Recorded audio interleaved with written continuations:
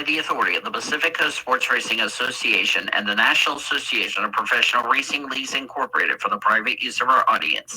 Any reproduction, rebroadcast, retransmission, or any other disseminations or the use of this broadcast without the express written consent of the Pacific Coast Sports Racing Association and the National Association of Professional Racing Leagues Incorporated is prohibited. On the PCS Array Sports and Gaming Channel from Learfield IMG College. Welcome to Triple P on the Blue Hedgehog TV. Now here's the voice of the PCS Array, Mr. Daniel Voyles. Welcome to the Throwback and $1 Million Winners edition of Triple P. If you're watching this live on Wednesday at noon Eastern Standard Time, we are live. Because of my tardiness of getting home from work, I'm ready to work without a card deal here tonight, so it's going to be a fun one here today. It was muggy here in Oklahoma, and we're about to discuss what's going to happen here on this show. All right, I have told, and we're ready to go. All right, while I wait for my awesome darlings to come into the BC, and yeah, so we got a lot to talk about tonight on today's Triple P episode. Of course, normally I would be getting prepared for my LTR show tonight as I'm taping this portion of our show, but it will be Thursday night, which we will have a much more review on this weekend's race from North Wilkesboro, as I welcome our favorite friend, Mr. Zachary Taylor, driver of the Purdue University Toyota for Indiana Motorsports, which, by the way, we want to send our condolences to Mr. Zachary Taylor and his friends. And by the way, if the funeral people come watching this, they got a $100,000 fine for denying prayers and slapping Taylor, and you know what I mean. Is not an answer, Taylor. Yes, just so everybody's clear, I did record the World Endurance Podcast without Taylor because I wanted Taylor to be ready to go for our next episode, so just so you know. By the way, how are you doing, Mr. Taylor? I'm doing good. After throwing the funeral people off a cliff, which I hope you had fun doing that fully clothed and not with Taylor Jr., who did it not clothed. Oh. All right, are you ready to recap? We have a lot to recap, my friend. And also, Zachary Taylor will join me for the IMSA podcast, which we will have a big discussion on Miami and all of that. What do you want to start off with? Let's start off with, hold on a second. I got to fix something around. Let's start off with Berlin. From, what was it? I think it was last weekend because we didn't do, we didn't talk about it. So all right, so that is the, okay.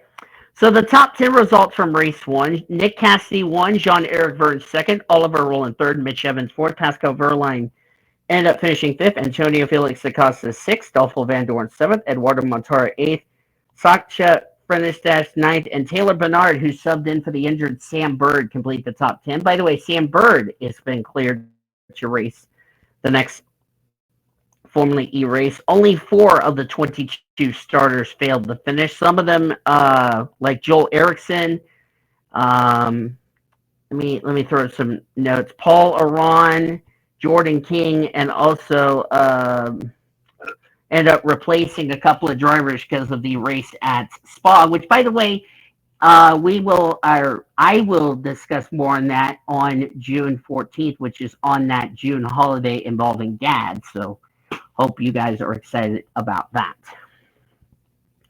So race number 2 was Antonio Felix Acosta, who won, Nick Cassidy second, Oliver Rowland third, Pascal Wehrlein fourth, Jake Dennis fifth, Mitch Evans sixth, Jihan Daruvula, 7th. Taylor Bernard, 8th. Joel Erickson, 9th. And Jean-Eric Verne complete the top 10. Let me actually pull up motorsports.com so I didn't forget.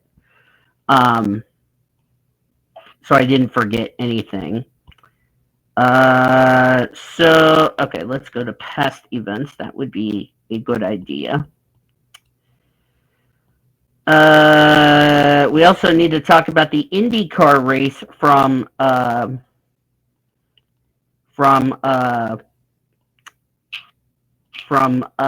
Indianapolis. Which, first of all, Taylor, what was your thoughts on Berlin?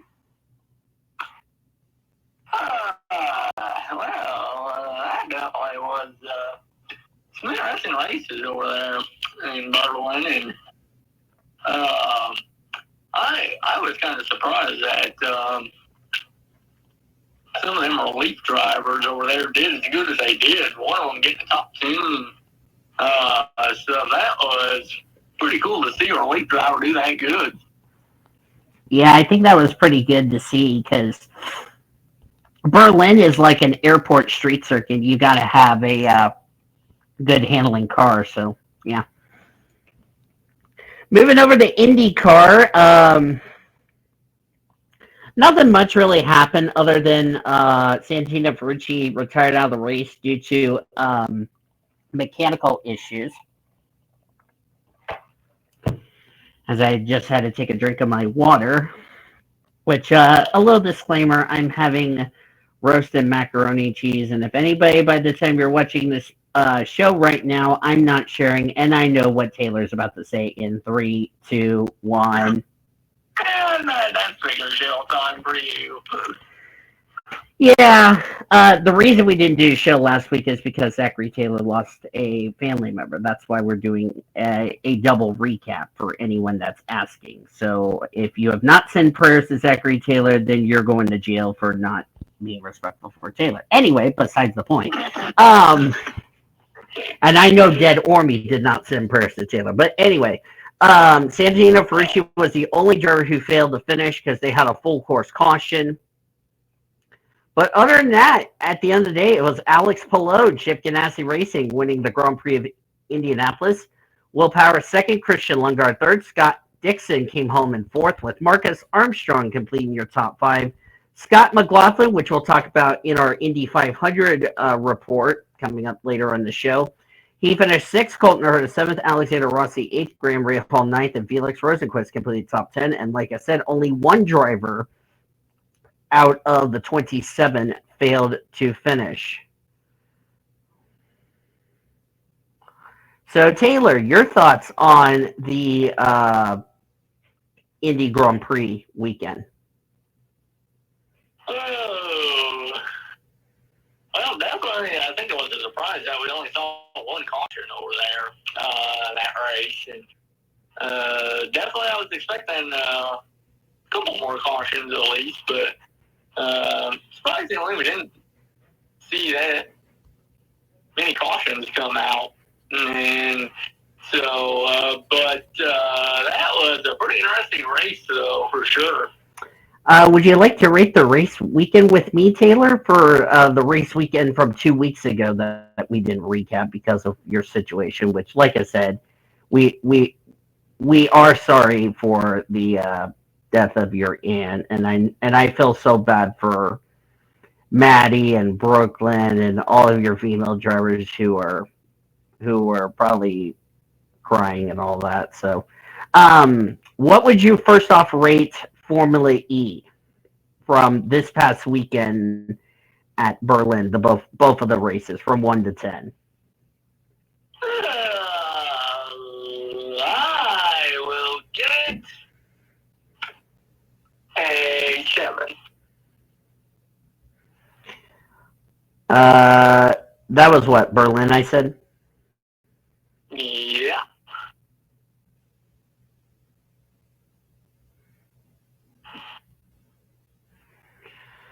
I'm going to also agree with you. I'm going to say 7. I thought it was a very good weekend. You know, Berlin is a track where, like I said, you're racing on an airport track is what you're racing on, and I just think it was a very exciting race here, but it should be a lot of fun. Oh, we got a driver announcement. I'm actually going to post this in LTR. Hmm. Oh, Elijah's not going to be happy who's driving the 20. We'll discuss that later. Or if I'll just. I think I know who you're referring to. Yeah, we'll discuss that when we get to the Charlotte race coming up. So, all right. Now let's talk about Darlington, Mr. Taylor. Are you ready? Yeah. Starting off with, as Sean likes to call it, the good old truck series. Do want to know, I'm sorry for not having reactions the last several weeks because, with what's been going on with me, what's been going on with Taylor, as far as the death with our family members, and NASCAR got thrown off the mountain for not sending prayers, and there you go. So, that was a cough you did, right? Mm-hmm. Okay. Oh, Taylor's drinking water. Cool. All right. So, not even 2 laps into the truck race, Kyle Busch lost control off of turn number 2. And I want to get your opinion on this. Do you feel like Kyle Busch was pushing too hard on the second lap of the race while he was battling for the lead? Or you think that's just a typical Darlington because, with how much the surface is old? And do you think he lost grip, or do you think he was just pushing too hard, and that's what got the truck sideways? Well, I think it could be a little bit of both. I mean, Darlington is one of those tracks that can reach out and bite you at any minute. So, one moment you can be doing just fine, the next second you're in the fence. So, Darlington is just one of those tricky tracks like that. And, definitely, I was kind of surprised to see Kyle Busch rank of all people, but you know what? And you know why Darlington is called the track too tough to tame, because it's a tricky track. And Kyle Busch's misfortune, he ended up blowing a tire in the turn number 1, and a funny stat, this is his earliest DNF in any of the lower series since, listen to this, Taylor, you got to go to Atlanta Motor Speedway in the Xfinity Series in 2003, where he only completed 2 laps before the engine went kaboom. That was when he was driving for Joe Nemechek's team at the time. So, are you surprised that streak came to an end for Kyle Busch? That is definitely a long time since he went on a race like that. Definitely, that was a bro moment. Yeah, Kyle ended up finishing 32nd, so that really sucked as far as that is concerned.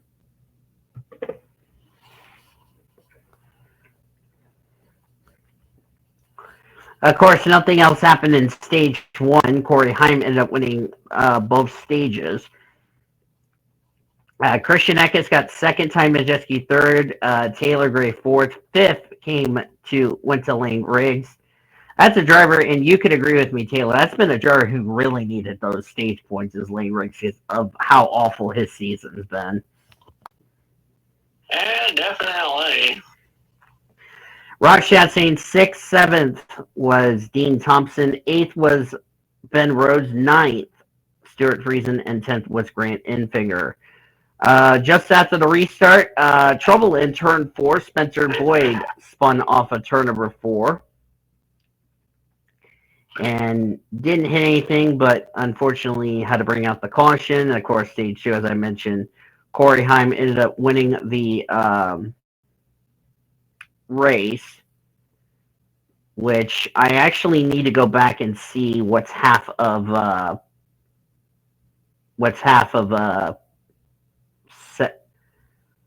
let me see, what was it, 147 divided by 2. Yeah, Corey Heim led the most laps. Unfortunately, he didn't win the race. You know why? Because just after the restart, big trouble off of turn number 2, Taylor.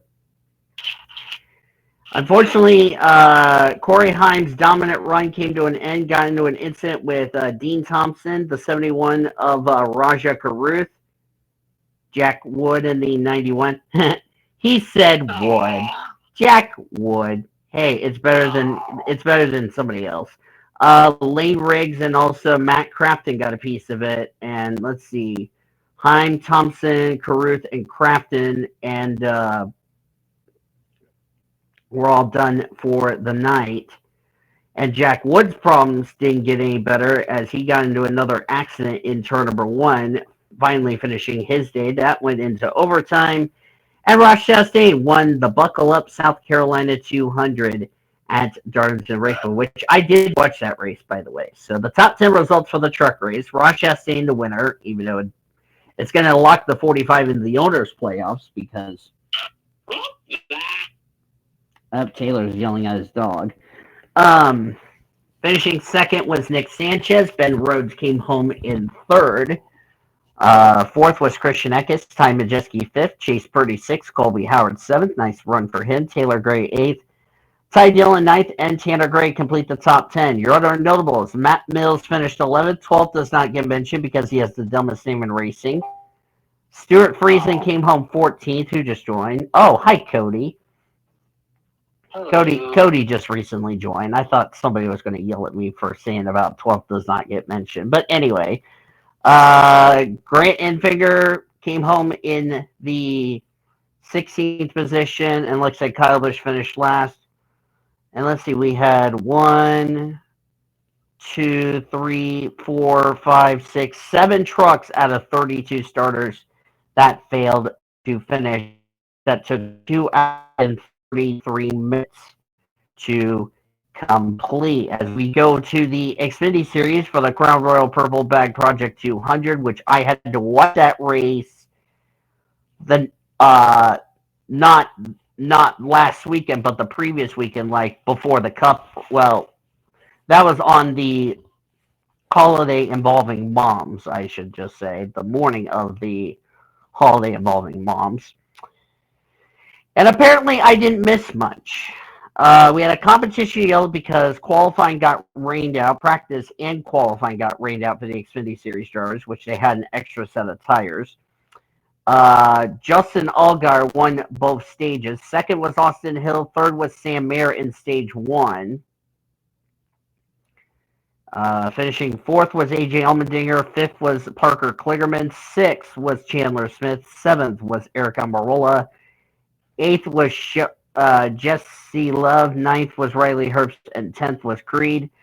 Finishing third is Parker Kligerman in stage two. Fourth was Sam Mayer. Fifth was Eric Almirola. Sixth, AJ Allmendinger. Seventh, Sheldon Creed. Eighth was Brandon Jones. Ninth was Riley Herbst. And 10th was Chandler Smith. And y'all thought with the stages, you thought we were going to have a yellow. You're wrong.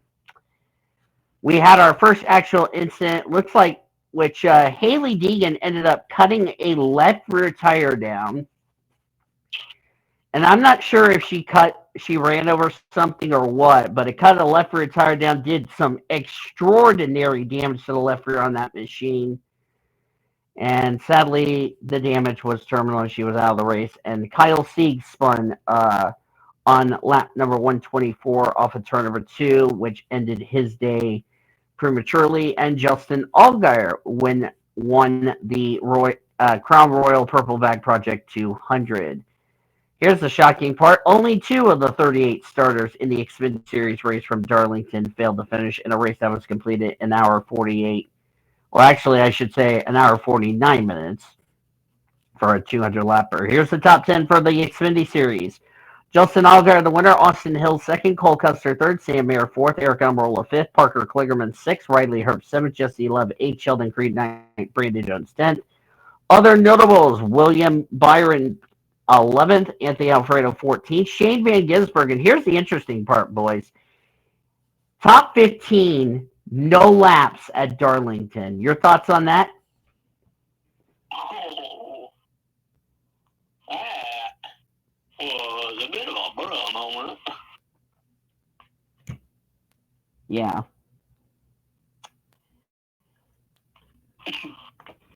Let's see. Other notables. Kyle Weatherman, 17. Taylor Gray ended up 18. Carson Quaffle, 19th. And Ryan Ellis ended up finishing last. And like I said, 2 of the 38 starters in the Xfinity Series failed to finish. And then we go to the Cup race for the Goodyear 400, and I'm sorry to steal this from Cody's line, the Bad Year 400, and you'll see why I say that in just a minute. If you exclude the stage breaks, we only had 4 cautions in this race, which is not uncommon for Darlington to have fewer cautions. First stage was complete, was won by Kyle Larson, finishing second Ty Gibbs, third was Brad Keselowski, fourth was Tyler Reddick, fifth was Martin Truex Jr., Todd Gilliland sixth, which was a bro moment, Chris Buescher seventh, eighth was Ryan Blaney, ninth, Bubble, or no, it was William Byron, then Bubble Wallace complete the top 10. First incident on lap 122 of 293, trouble off of turn 4. John Hunter Nemechek ended up spinning, but didn't hit anything, and he had to come to pit road and change tires. And I'll tell you why. And I'll tell you why Zachary Taylor just mentioned, why I mentioned it was too tough to take, because just after the restart, things got really dicey between Ryan Blaney, Chris Buescher, Martin Truex Jr. 3 wide when William Byron got underneath the 19, the 12, and the 19 made contact, sent the 12 into the wall, collected Chris Buescher, who had nowhere to go. And then Ryan Blaney, just before he had to turn to the garage, showed his displeasure to William Byron for making that 3 wide. Yeah, that didn't go well. Unfortunately, Blaney ended up finishing last. The other 2 continued on their merry little way. Just after the restart on lap 164, more trouble stretch.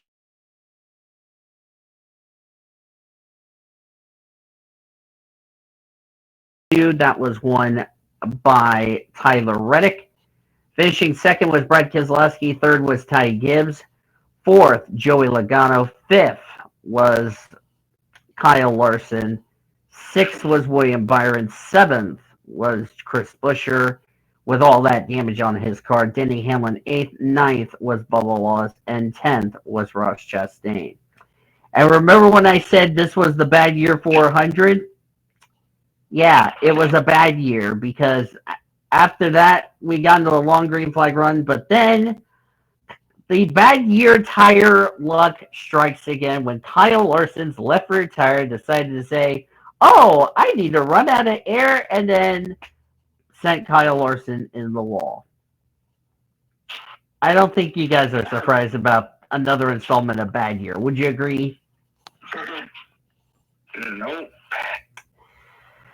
Unfortunately, Kyle Larson finished 34th. So, yeah, only 3 of the 36 starters failed to finish in that race. And nothing else happened other than Tyler Reddick, Chris Buescher got into a little altercation after, Reddick led 174 of the 293, but didn't win because he just made the fail of the, quote, fly job, which allowed Cody's favorite driver, which I know he's been a fan of for quite some time, Brad Keselowski, to snap his losing streak and win the Goodyear 400. So now he's won a 400-mile Cup race at Darlington and a Southern 500 Cup race at Darlington. How cool is that? So Ty Gibbs ended up second, Josh Berry third, Denny Hamlin fourth, Chase Briscoe fifth, William Byron sixth, Bubba Wallace seventh, Alex Bowman eighth. Nice top 10 run for Justin Haley.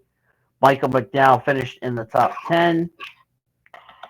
And like I said, only 3 of the 36 starters failed to finish. What were your thoughts on Darlington? I'm going to start off with Zachary Taylor, as always.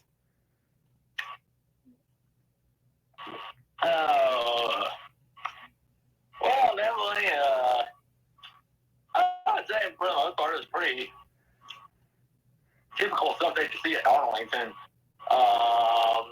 And which we got to see a little bit of fighting Danny's favorite after the Cup race. That's it. You're out of here. No, I love you, Dark. Even though he's not here, but continue on.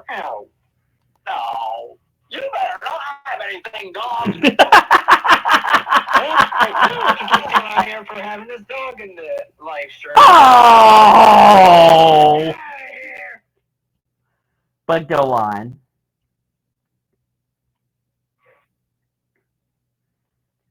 Did Taylor had to step out to take care of the drug issue? Alright, I'm back. What? Nice motivational belch, but continue. As I was trying to say before the dog interrupted me.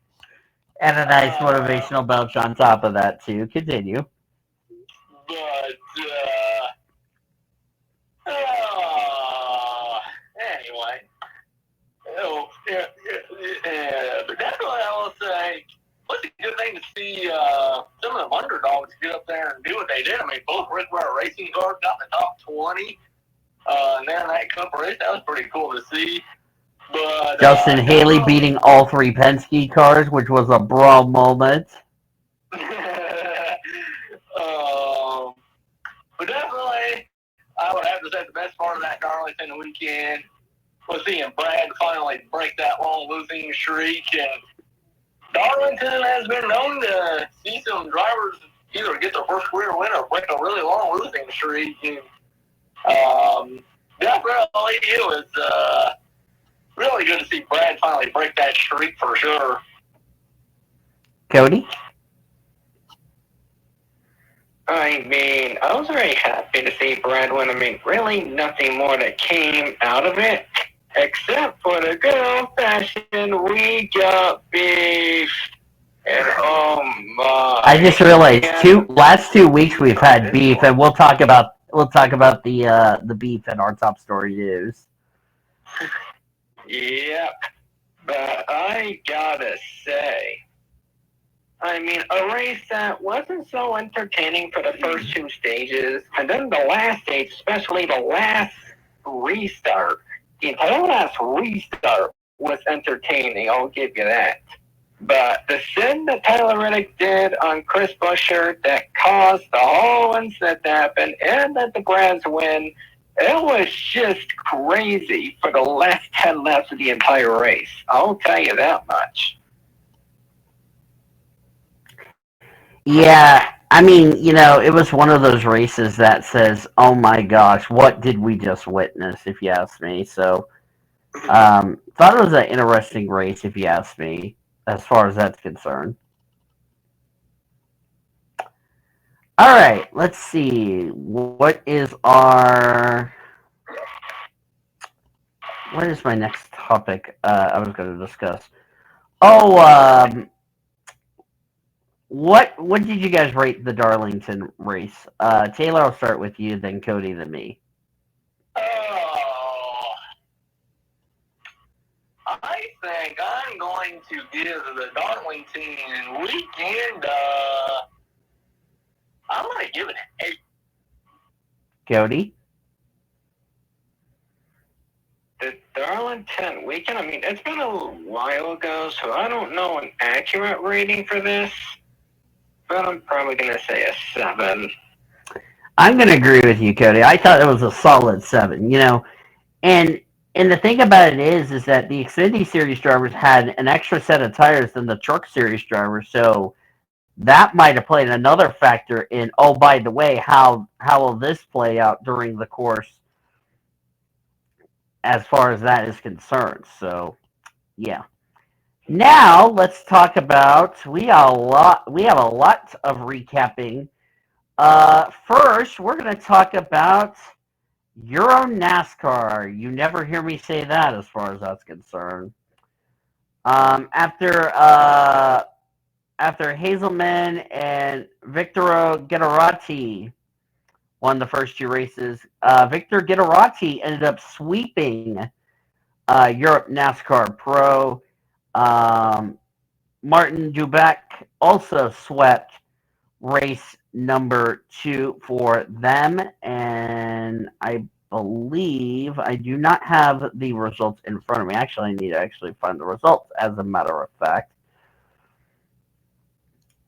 If I can find it. And then we'll go to the F1 race and all that. So, let's see here. Results. That's what I want.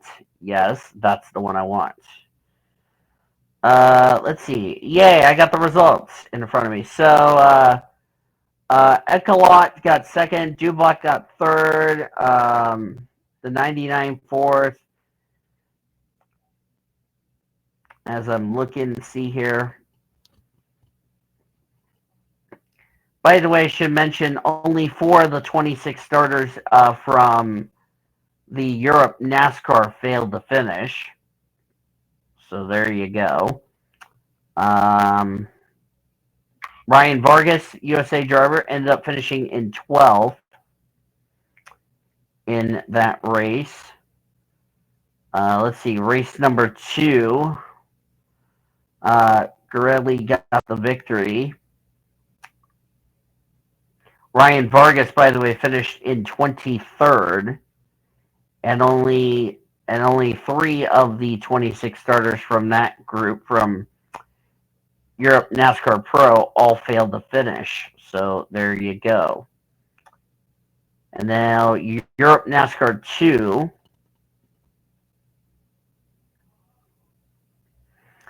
As we're only looking at the results, so that's what happened to them.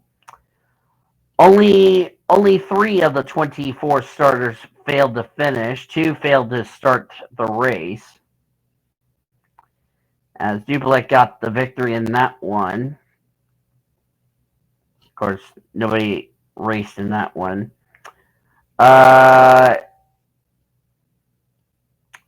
66 failed to finish. Same with the 5. So, yeah. Europe NASCAR's next race will be sometime soon. Now let's talk about the Canada Series from the NASCAR Canada Series update. They had their season opener this weekend. Then we'll go to the F1 race. And I have to say, as I wanted Canada Series, you derping keyboard, not NASCAR Cup Series, you derp. There's no Cup Series in Canada, you derping ostriches. And I want it on the correct year. All right. That's funny quote, folks. Be sure to put down a funny quote showing you join our server, the PCS server. Yeah, except somebody is not allowed to join that server. Ahem. I'm not going to say his name. Anyway, I have the... Okay, so I'm going to do the Canadian... Yeah, let me start that over since Cody made me screw up on that line. I'm going to do the Canada Series like how we do for the USA NASCAR. First caution was lap 2. They had debris on the front straightaway. Then the 99 of Matthew Scandal was stopped on track at turn number 3, brought out the second full course caution and the third full course caution. And then Kevin Lacroix, who we all thought was going to win, transmission trouble, day done. And then the 24 of Thomas Nepew ended up stopping on track with an electrical issue. And only, like I said, 4 of the 30 starters failed to finish in this race. And Marc-Antoine Cameron got the victory in that one. So the top 10 results for the Canada Series. Marc-Antoine Cameron got the win. Gary Kalute second. LP Dumoulin fourth. Sam Phillips fourth. Xfinity Series star and possibly USA NASCAR maybe gone forever. Alex LeVay fifth. DJ Kennington sixth. JP Bergeron seventh, the defending series champ. Andrew Ranger eighth. LP Montour ninth. And Alex Tagliani came home in 10th. As far as that is concerned, Pinty's next race will be the track I love to death, which is Autodrome Chaudière. Now let's talk about the F1 race from Imola. Oh, goody. Imola was an interesting race. I thought it was a cool battle between Lando Norris and Max Verstappen. That's what the only major thing happened. Alex Albon had the right front tire wasn't on tight when they put the hard tires on, so big disappointment for the Tiger. He was, by the way, the only driver who failed to finish the Emilia-Romagna Grand Prix, or as I like to call it, the San Marino Grand Prix. And yes, Max Verstappen won, but he didn't win by much. He only won by 7/10 over Lando Norris. Here's the top 10 for the F1 race.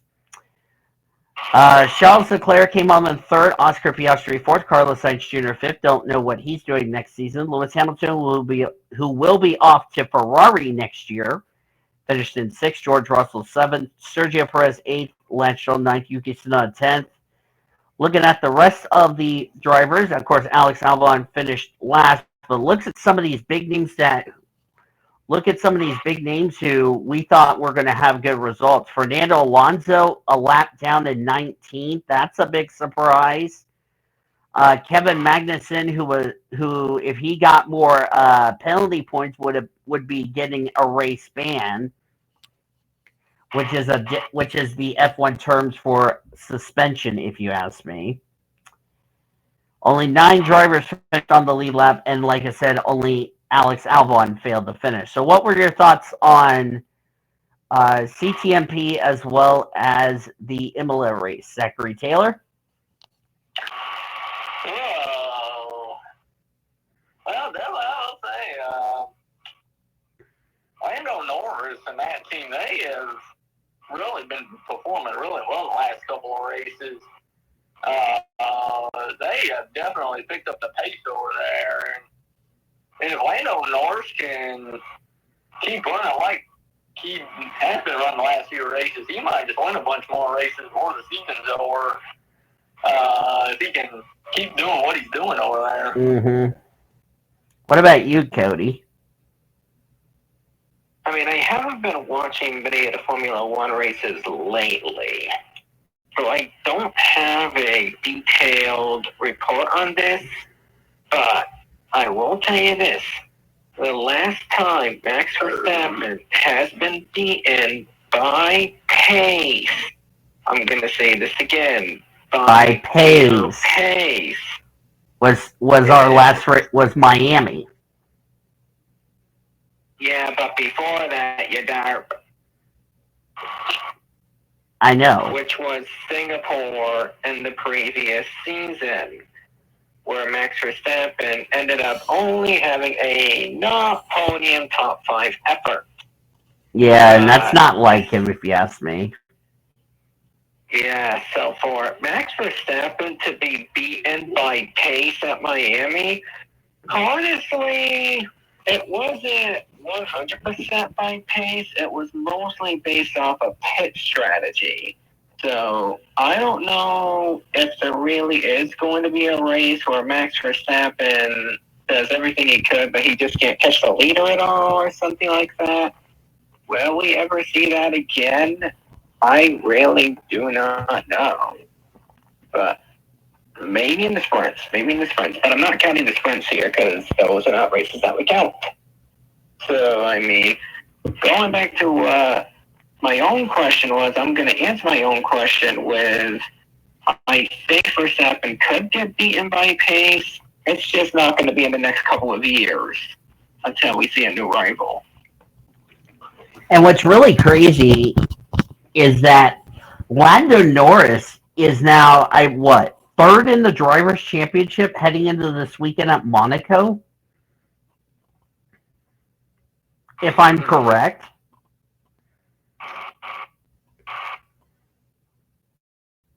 Let me check. Let me check the standings. Is it third? I could be wrong, right, Cody? Was that? Where Lando Norris is in the Drivers' Championship.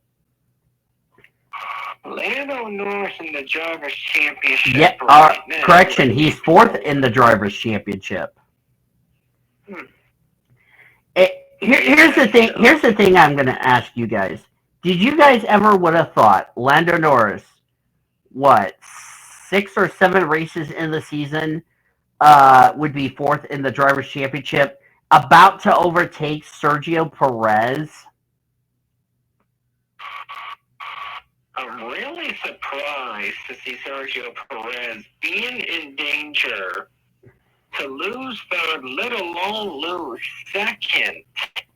I mean, this really emphasizes what F1 has been talking about in the rumor mill all season about Sergio Perez losing his ride at Red Bull. And then we all try to answer the question of where would he go next season?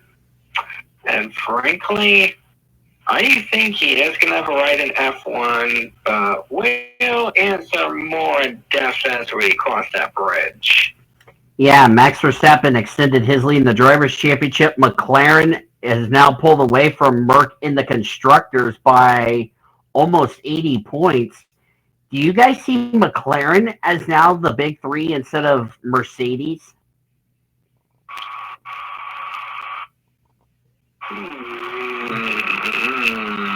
I really don't know how or when to answer that one, because Mercedes seems to be, I don't know, like a few years ago they were like the championship constructor, like constructor champion for all so many seasons. Now you see them struggling to be in the top three, let alone be fourth, possibly get overtaken by Aston Martin if they're not careful. I mean, it really is concerning how much Mercedes has went from being a constructors champion, I believe, 2 or 3 years ago, now to not even being in the podium by a reasonable distance. I mean, looking at the Drivers' Championship, George Russell 7th, Lewis Hamilton 8th. Compared to this, Lando Norris 4th, Oscar Piastri in his second season, I think. He is in his second year. Yeah, I mean, I think a part of why I'm maybe a bit surprised with Mercedes going down is because of the classic sophomore slump. Is the slump going to strike Oscar Piastri? Right now, it doesn't look like it. But it's not going to surprise me if Oscar Piastri ends up having a string of bad races that go for the majority of the European tour. That's probably going to be possibly where he has those bad string of races because, like I said, a lot of people don't avoid the sophomore slump. And that's what's probably going to happen with Piastri, is he's going to have a bad string of races for a while, and that's what's going to happen. Yeah, sooner or later, McLaren's good fortunes are going to come to an end. What about you, Taylor? Oh, well, that's going to be interesting to see if McLaren can keep up what they've been doing the last few races. And they definitely could become one of those teams to beat, along with Verstappen. I mean, they definitely have been able to have some pretty good success here recently. So, with Lando Norris winning at Miami and almost beat Verstappen again in their last race, definitely they can be a team on the rise here, and they can be a team to watch out for. Mm-hmm. And you don't normally, and this is kind of surprising seeing them, Lewis Hamilton struggling this season. And here's the thing, though, guys. Lewis Hamilton is in danger of going back-to-back seasons without, or no, let me rephrase that. In danger of making it 3 straight years without a win. Should you be concerned about that, or do you think it will change when he goes over the Ferrari next year?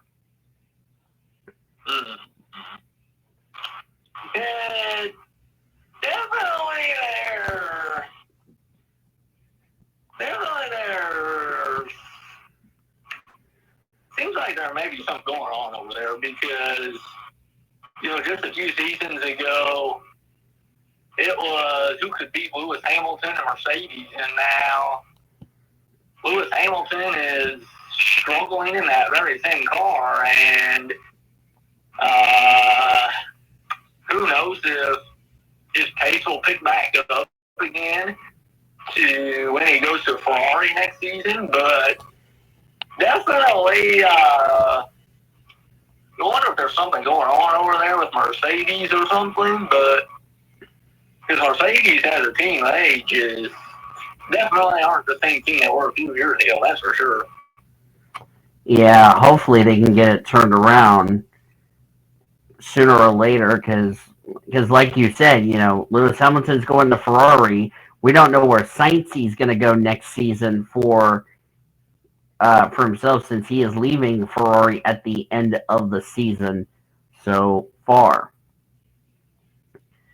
And let's see here. We've talked about, we've already discussed F1. We've already discussed all that. Let's talk about the North Wilkesboro race for the Truck Series coming that happened, and then we'll get into the fight with Kyle Busch and Ricky Stenhouse Jr. So the Truck Series race happened at North Wilkesboro. That is not Texas, you derping ostrich. I want North Wilkesboro. Thank you very much. Thank you for giving me North Wilkesboro, you derping ostrich. Anyway, so let's talk about the race. First incident, we had rain in the area, which, by the way, ended the... we had rain in the first yellow on lap 59. Stage 1 was completed, was won by Ty Majeski. Second was Ben Rhodes. Third was Roger Carew. Taylor Gray fourth. Corey Heim finished 5th. 6th was Ty Dillon. 7th, Christian Eckes. 8th was Tanner Gray. 9th, Jack Wood. He said Wood. Jack Wood. And 10th went to Tyler Ankrum. Then they had to resume the race after it had to be suspended due to rain and pit road being flooded on Saturday, which they had to suspend it to Sunday, which got completed. Which, when they did get back underway, contact between the 98 of Ty Majeski spun out the 71 of Roger Caruth. That's typical short track racing right there. Caution. Then we had an incident with a 33 that's not going to get mentioned because he has the dumbest name in racing. Paul Allen. Yeah, and I'm going to hit you with a frying pan, Taylor. Dang! I wonder why you get so offended by that name. Oh, now I wonder why. Yeah, and then you can blame Rowdy and the guys. Anyway, Brett Holmes brought out the yellow off of turn number 2, which ended stage number 2. That was won by Tyler Ankrum. Finishing second was Jake Garcia. Third, Stuart Friesen. Fourth was Jack Wood. He said Wood. Jack Wood.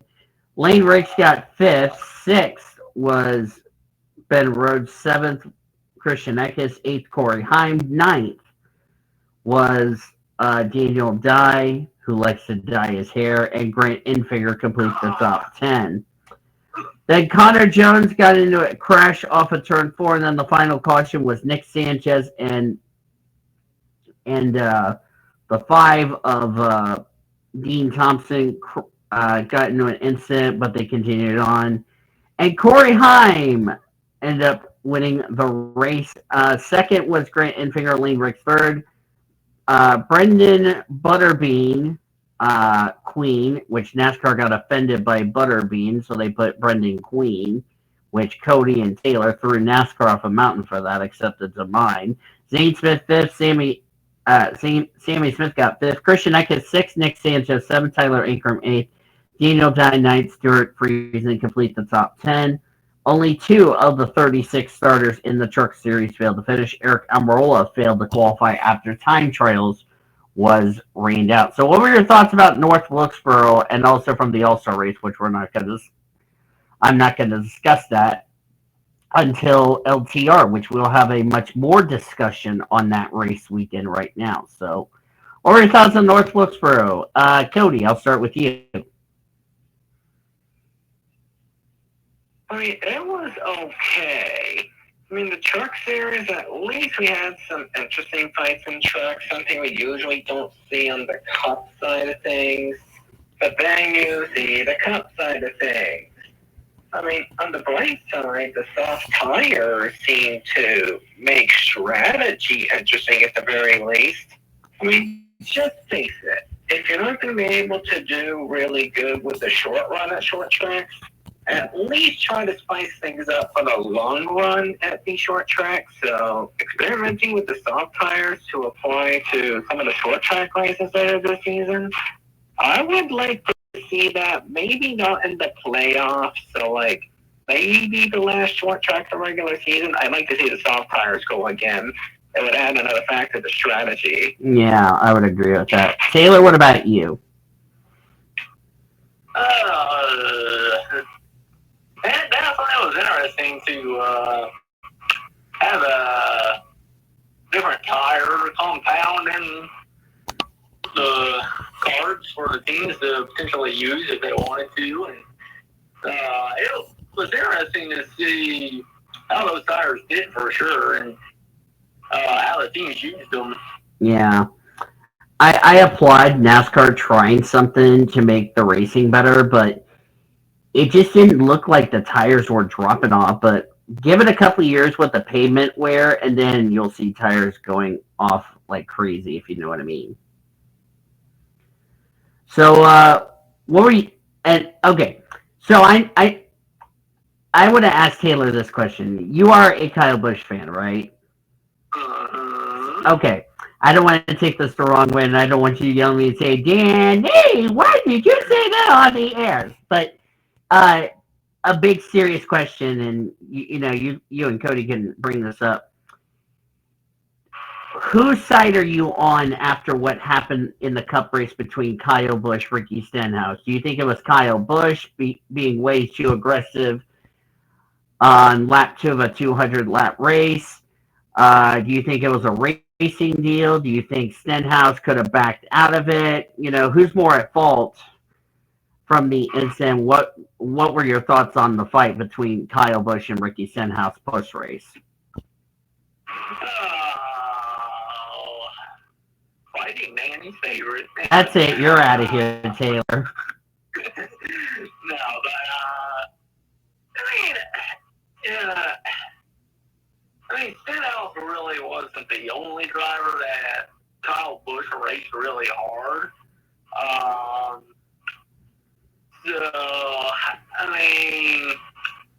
I think it was just mostly a racing deal for the most part. Because it seemed like Kyle Busch was racing everybody kind of the same way for the most part. So I don't necessarily think it was just Rowdy deciding to do something stupid to Stenhouse or anything like that. Because Kyle Busch, he was making some contact with some other guys too. So I think mostly it was a racing incident for the most part, I would say. Yeah, and of course he also spun out Ty Gibbs, so I didn't know what was going on between, what the deal is. I mean, it's lap 2 for God's sakes. It's lap 2 of a 200-lap main event, and I understand Kyle, and don't take this the wrong way, Taylor. I think you could agree, and Cody, if you want to jump in, you can jump on in. But I think from what I'm looking at with Stenhouse and Kyle Busch, look, two drivers who've won races last year, struggling this year. Ricky Stenhouse not getting the finishes he would like. Kyle Busch in danger of having his consecutive winning season streak come to an end. So you can kind of sense the frustrations in those two, and they end up taking it out on each other. And it really sucks, from a driver's perspective that you're not getting the finishes, and I can see where the frustration lies. But, I mean, because At North Wilkesboro, there's not a tunnel. Do you think there should be a tunnel at North Wilkesboro for drivers to leave the track, Taylor, or do you think we don't need a tunnel? This is old school racing. Thoughts on that? I mean, we do see some other tracks have that tunnel for drivers to leave. So, obviously right now we don't know what potentially remodeling and things North Wilkesboro could possibly do to add more up-to-date stuff to the track and, try to help, get some things there in better condition. And, who knows, maybe at some point they'll add a tunnel for drivers to leave and teams to leave when they get taken out of the race early. What about you, Cody? I mean, where the remodel has been over the last couple of seasons, it has produced some all-right racing, and I think it has potential to be a track that stays in NASCAR for many years to come. The thing is, the short track setup, NASCAR still hasn't figured it out. And with them trying to add more short tracks onto the schedule for next season, I got two criticisms with that.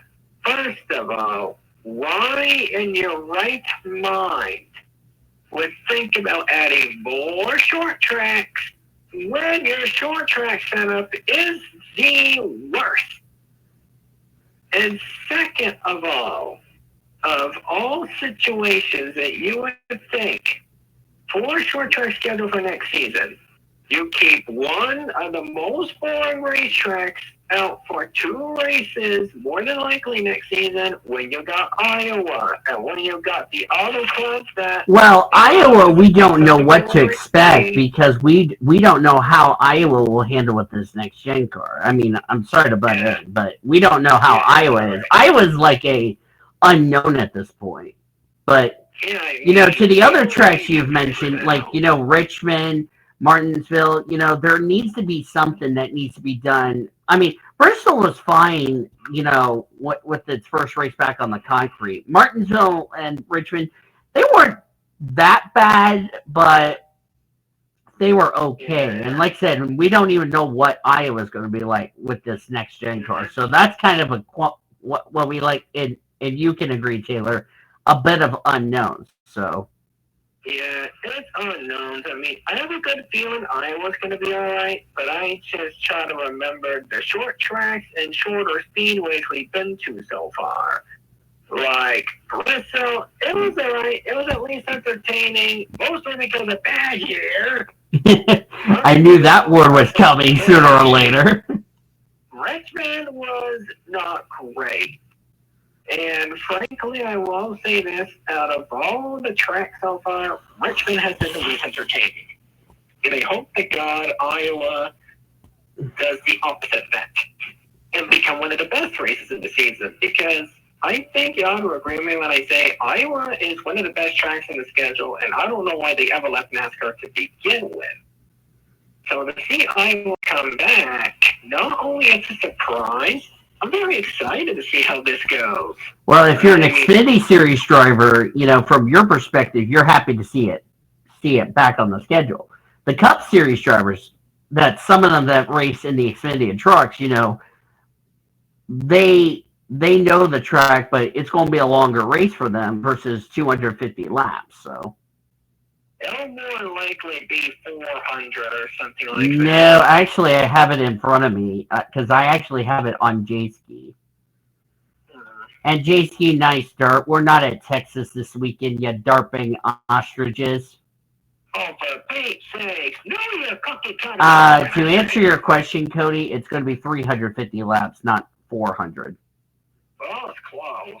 But it's going to be 100 laps more than the Xfinity Series race. But to your point, it's going to be a very interesting race, nevertheless, when we get there. Yeah, I absolutely agree with that. And I kind of hope that this whole bad year thing goes to rest for once for as I butcher that up. Fantastic. Good job. I had a recording I had to get to last night for a different scene. Well, that makes a lot of sense. And here's the other thing, and I want to, and you guys can jump on in, is that Richmond, Martinsville, Bristol, we had practice and qualifying.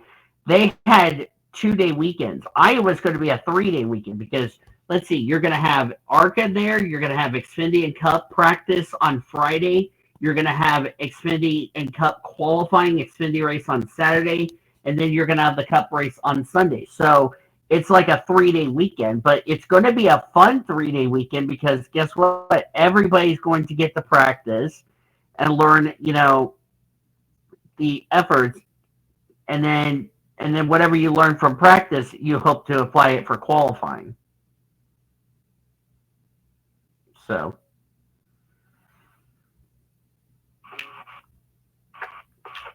what about you, Taylor? Definitely.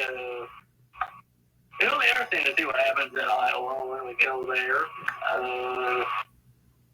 And when we get to that point, and when the Cup cars get on the track, and it definitely will be interesting to see what all does happen there. Oh yeah, definitely. Let's see here. What else do we have to talk about? Wow, we're over an hour in the show. We've been talking about a lot of top story news. Actually, let's talk about another top story news while we're at it, since hey, at least it's fine having a longer show for our fine television programming.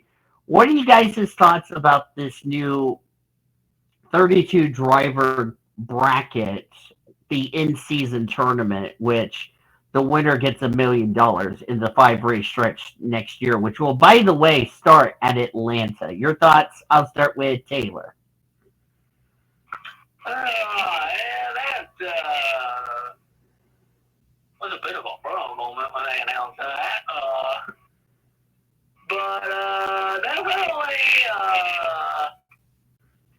it'll definitely be interesting to see how that goes.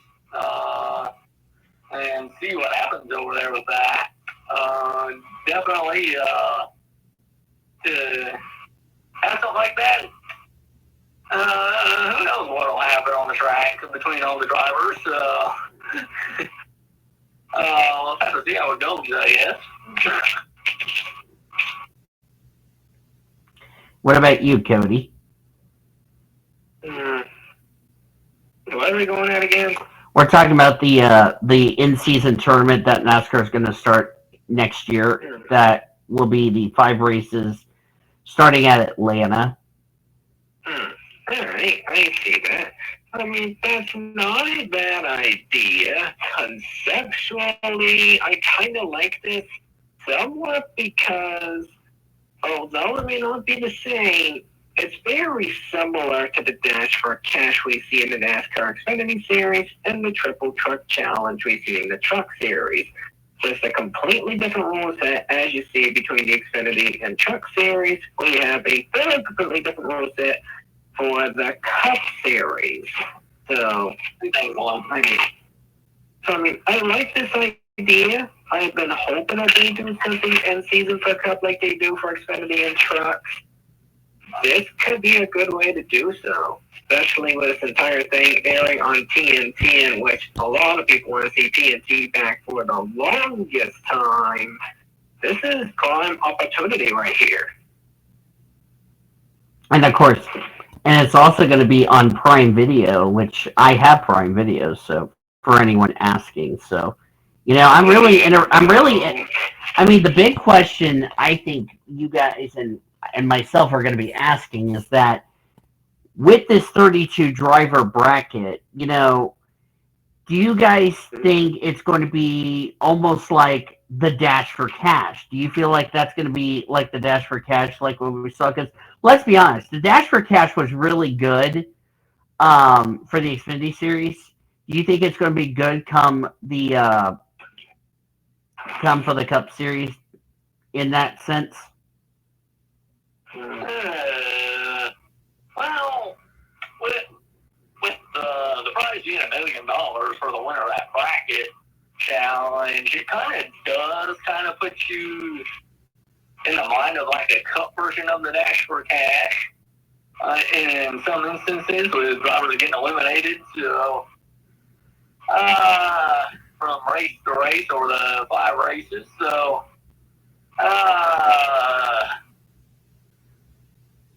in a way, it kind of is a little different version of the Dash for Cash in some instances, it seems like. But I guess we'll have to wait and see how it actually goes when we get to that point.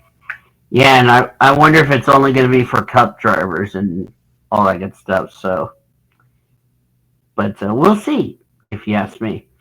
Let's see here. Want to go back to the Ricky Stenhouse, Kyle Busch discussion that we talked about a while back. If you were NASCAR, and I know there's going to be some people that may criticize on here and say, well, you're going to be wrong, or you're going to be wrong, and blah blah. Folks, we don't even know what the penalty is going to be for that incident. But I'm going to start with Taylor, and then Cody, and then myself. If you are Elton Sawyer, what do you think the penalties will be for the Ricky Stenhouse Kyle Busch clash that we had at North Wilkesboro? Because let's point out a couple of things. One, Ricky Stenhouse's dad got involved in the fight, which, if you remember going back to Talladega last year in the Truck Series, we had Nick Sanchez's dad get suspended for getting involved in a fight, which is bad news there. And then you have Nick Sanchez and Matt Crafton both got fined. Crafton getting fined $25,000. So, would you issue a fine for Ricky Stenhouse and Kyle Busch and possible suspensions, or do you think, well, it's kind of one of those deals? What would you be if you were in NASCAR's position, Taylor?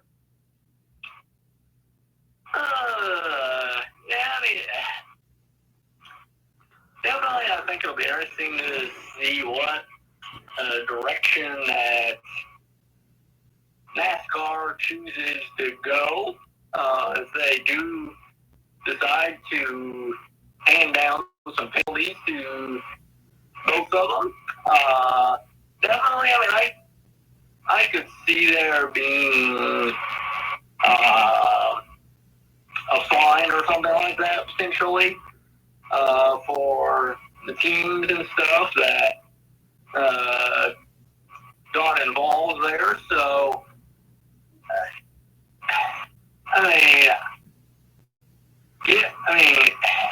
it was an exhibition race, but I think we'll probably potentially see some fines at least come out of this potentially.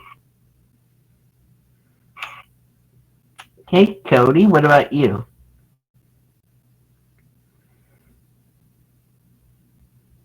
Where did Cody go? Oh, I'm still here. Oh, the question was, if you're in NASCAR, if you're in NASCAR's position, Cody, what would you issue the penalties for the Stenhouse Kyle Busch fight from North Wilkesboro? I mean, there's distinct differences between that incident and an incident that you brought up, which was the Talladega incident between Matt Crafton and Nick Sanchez. So, when Nick Sanchez fought back, and you probably would see this for context, Nick Sanchez got a fine by NASCAR not for being a part of the fight. He was fined for saying, or should I say, making a threat towards another driver. Yeah, I felt like the threat was a little too harsh. You know, I'm going to say, I'll race you as hard, but not say, I'm going to F-word kill you at Homestead at the time, because this was right in the middle of the round of 8, because Homestead was their final elimination race. But carry on. I mean, there was a difference. And Nick Sanchez was defenseless at the time. Unlike with the thing with Kyle Busch knew it was coming. Plus, he intentionally agitated Stenhouse into doing so. If you're paying attention to some of the news stories that got glimpses of what was said between the two, before Stenhouse threw that punch at Kyle Busch. So basically speaking, here's how it would go down, in my opinion, frankly.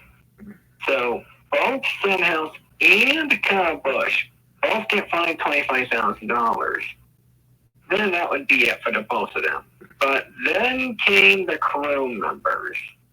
Now, Stenhouse's dad looks like he really didn't do much in the fight except be there for Stenhouse by the looks of it. Yeah, when I saw the replay, it looked like he was trying to grab Kyle Busch, but like I said, he got involved in the fight, which, we saw this with Nick Sanchez's dad.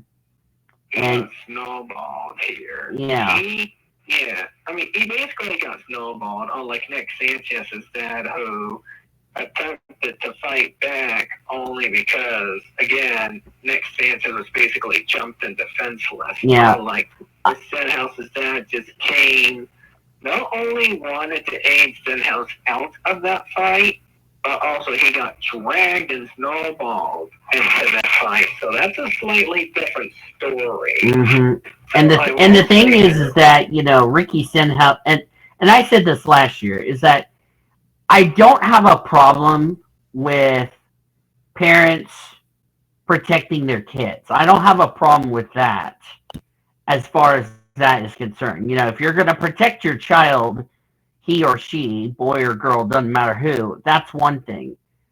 But where I have a problem is that, and I saw Kyle Busch threw a couple of punches at Ricky Stenhouse's dad, even though he was trying to break up the fight. So yeah, I have a problem, and like I said, I have a problem with Kyle Busch punching somebody's parent. I mean, and that's the thing. I mean, look, Kyle Busch, yeah, he's a 2-time Cup Series champion, but think about all the stuff he's been in the news.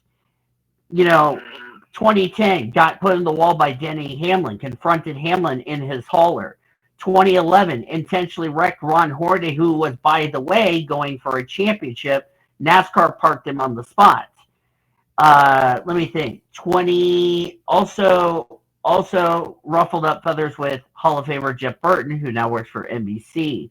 Kyle Busch, Kevin Harvick, who had issues with one another and also got on NASCAR's bad side. And now, this is not the first time Kyle Busch has done something before, Yeah, and like I said, I think, and you could agree with me, maybe the frustration that's happened, with the frustrations that, Kyle Busch hasn't won a race this year. He's been really struggling. He's and to bring up your point, you mentioned about the slump with Oscar Piastri. We're seeing the RCR sophomore slump in Kyle Busch.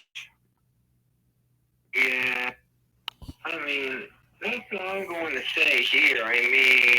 Kyle Busch really going through some sort of slump this season. I very much expected to see from him last season, but no, actually happening this season. But, on top of that, Stenhouse's dad, I say he faces no penalty. Mostly because, as you said before, he was trying to protect his son. He wasn't looking for a fight, but then he gets punched twice, and one of them came from Kyle Busch. Because I know his glasses came off when I saw the replay, so he got sucker punched in the face. So yeah, and then there were numerous crew members that even one of the crew members grabbed another crew member, thinking they're goddamn Cody Rhodes and Seth freaking Rollins, just go bam on the damn hauler. Like, what on earth are we doing? This is not Monday Night Raw, NXT, or Friday Night SmackDown, which I will make sure to get a video for you all as far as that's concerned. That was just pure, what's the word I'm looking for here? Right. For the crew members, here's where it's going to get the worst.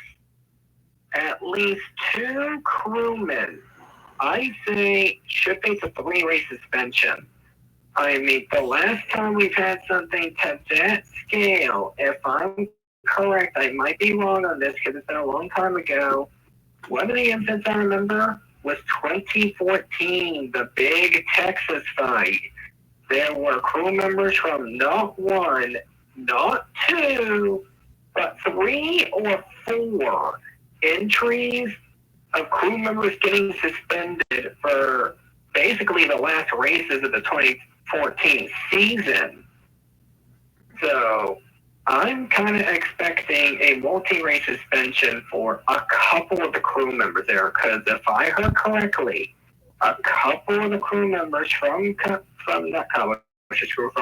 Ricky Stenhouse attempted to, if I remember, I think they put Kyle Busch in a chokehold is what I saw. And like I said, to your point, and also let's not forget, 2004, we had this happen with Casey Kane, Tony Stewart, which was an accident, but apparently the 9 team at the time, which was Dodge for Everham Motorsports, didn't think so. And then you saw when they went back to live action, oh God, all the pit crews are fighting on pit road. Like, what the hell is going on? So, but, to your point, I could see a couple of things.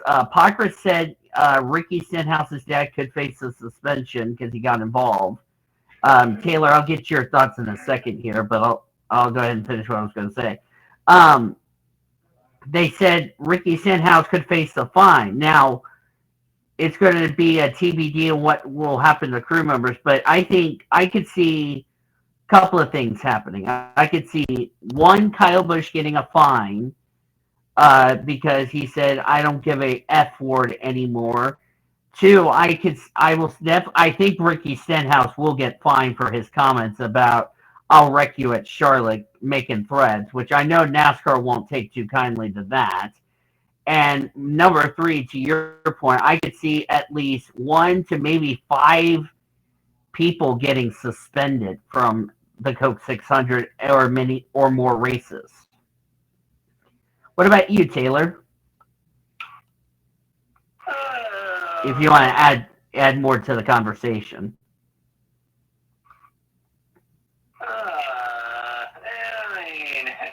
There definitely was some crew members that got involved, so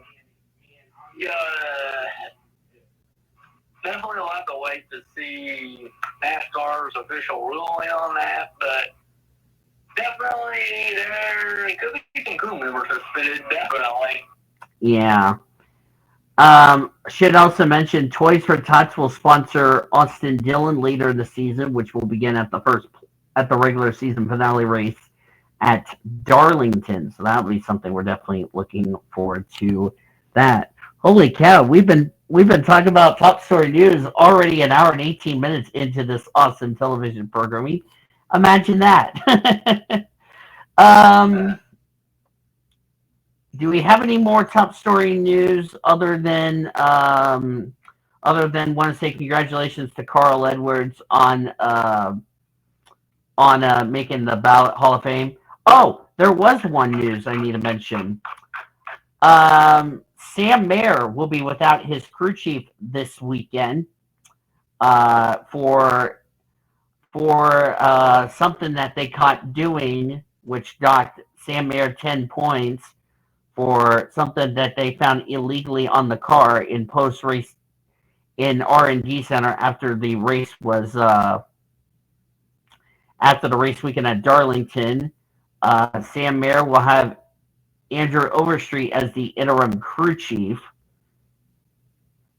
on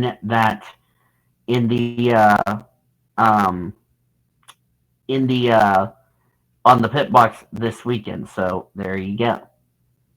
So let's look ahead to the upcoming races. We have a big load of predictions we're going to do. And I mean, when I say a lot of predictions, I mean a lot. So we have this week, as I said, the Charlotte Monaco Indy 500. We also have DTM and Formula E. Let's first off talk about Shanghai. It's been a while since we saw the Formula E drivers race in China. This time they're racing at I'm trying to think what they're racing at. They're racing at the Shanghai International Circuit, which F1 just raced there not that long ago.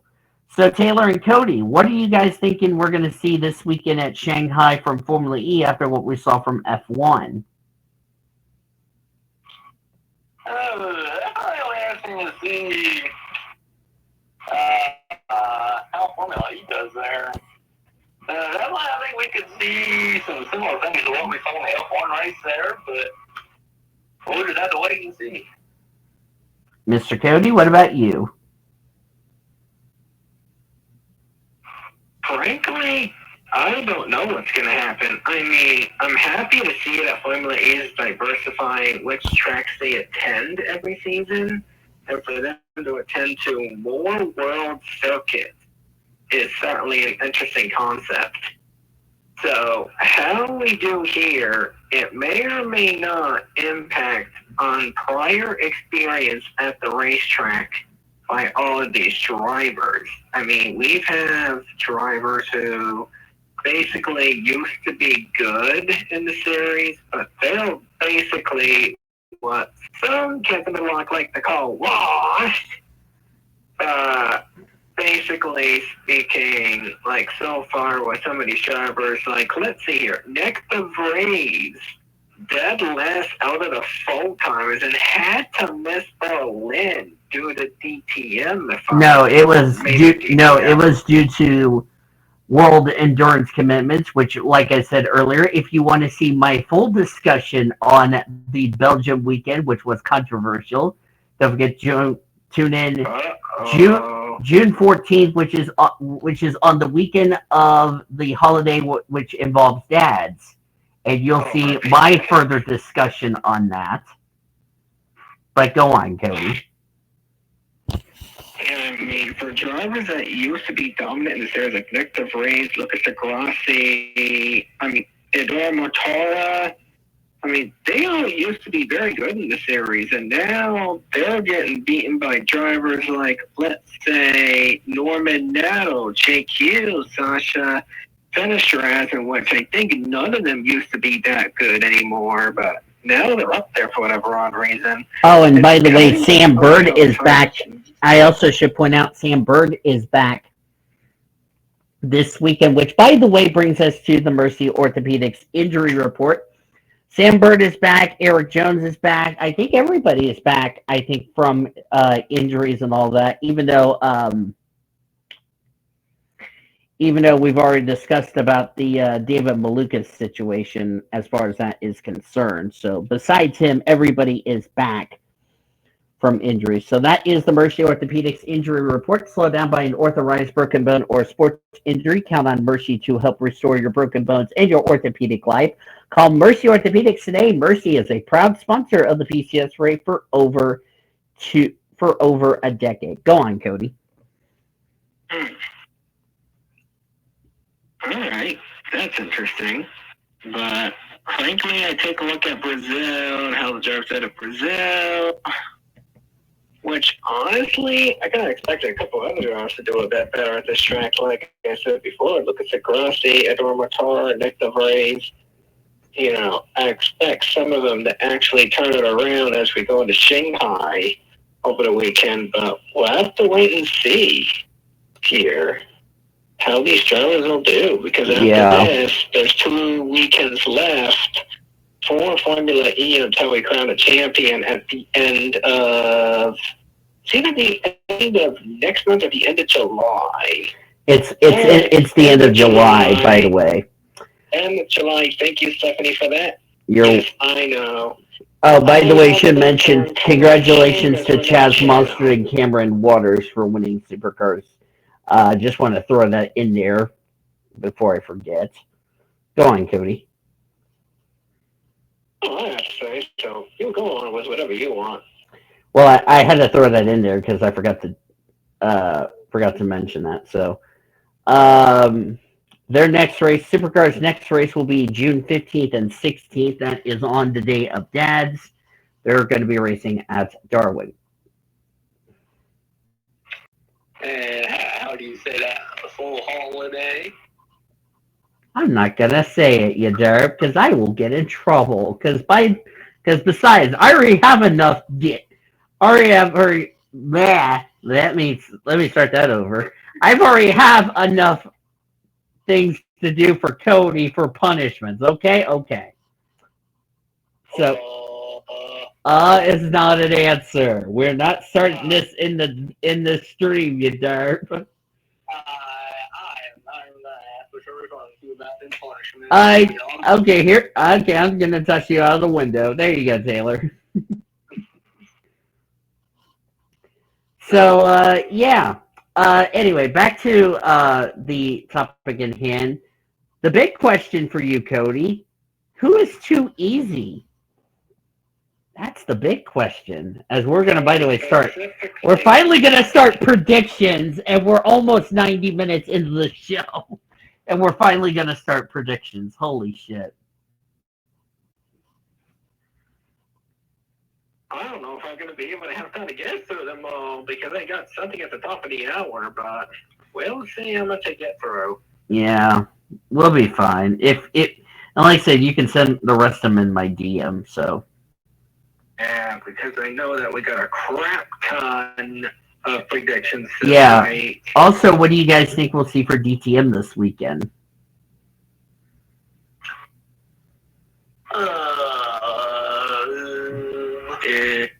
Here's an easy answer for that. Don't know. You're thinking it's unpredictable. Really, that I really don't know. Like, let me look here. Maximilian Paul got disqualified. Hang on a minute. What are you? Oh, you're that type of track to have the toad ring. Not the toad ring, the Todd ring. There we go. The toad ring! The toad ring! The toad ring! What's the toad ring, Cody? Ladies and gentlemen, we have a new track in DTM. It's now called the Toad Ring, and now who the owner is, it's Cody Smart. Thank you. Good night.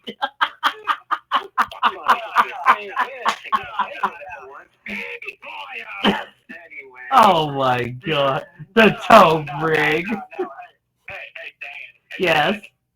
I know we should add that track to. Where? The Xfinity series.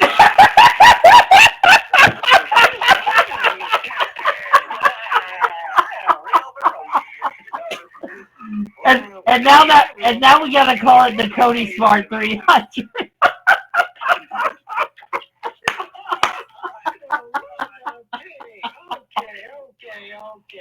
Oh shit.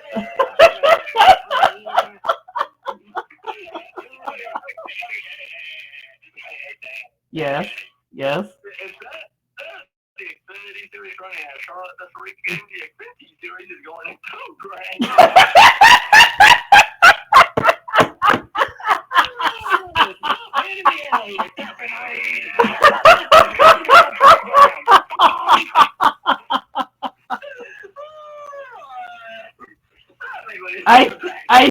I think this show is no reason why it's number one, but I think DTM should be a good race. What do you think, Taylor? This is what happens when Cody gets owned by Taylor. Oh shit. Where were we? We're discussing about what do you think we should see for DTM this weekend. Cody said toe grain.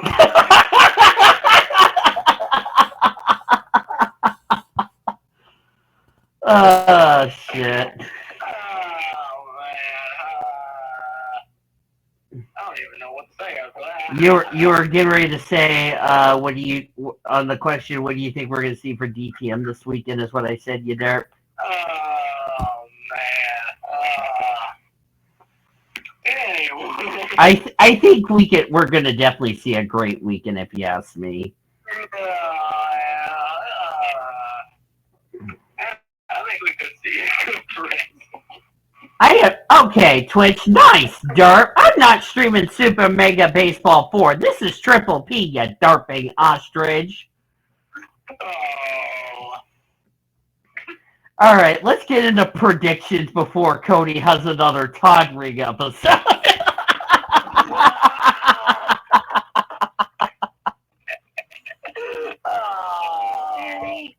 Yes. Yes. What did you say there, Danny? I said, let's do predictions before you have another episode of the Todd Ring Adventure. Oh, you mean the toe?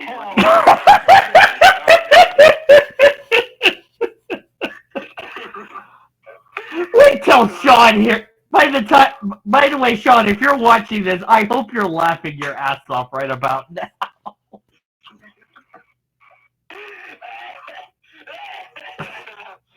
Get you a drink of water, Taylor. Holy shit. Let's get into predictions before we continue to die laughing about what's the Todd ring or Toad ring or whatever. Who wants to go first for Who wants to go first for Formula E? Oh man, I don't think I can straight up to that. I think Taylor, I'm just gonna say this before we start predictions. I think you definitely need a root beer for that.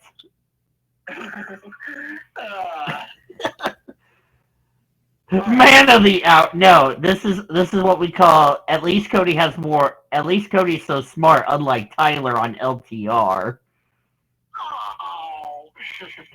All right, Cody. Are you ready for predictions? By the way, predictions brought to you by Courtyard by Marriott. So. Finally. Yeah, 90 minutes in the show after we died of laughter since you said Toad ring. Trying to figure out what they were going to here. Because it's like, here we go. Like, look at this ring. Like, what the hell is that? And then I see the Euro Super Speedway. I see Todd ring, not Toad ring. Well, I heard Toad, so you can blame Discord for having sex on Ormy's bed later. And then, well, great job. That's just not being monetized. To be fair, somebody was trying to help me get to 100 followers here on Twitch, so you can give them credit for that. Oh, man. Please follow this Twitch channel if you're watching this on Twitch. If you're watching this on YouTube, I hope you subscribe to this channel. But go on, Cody. Yeah.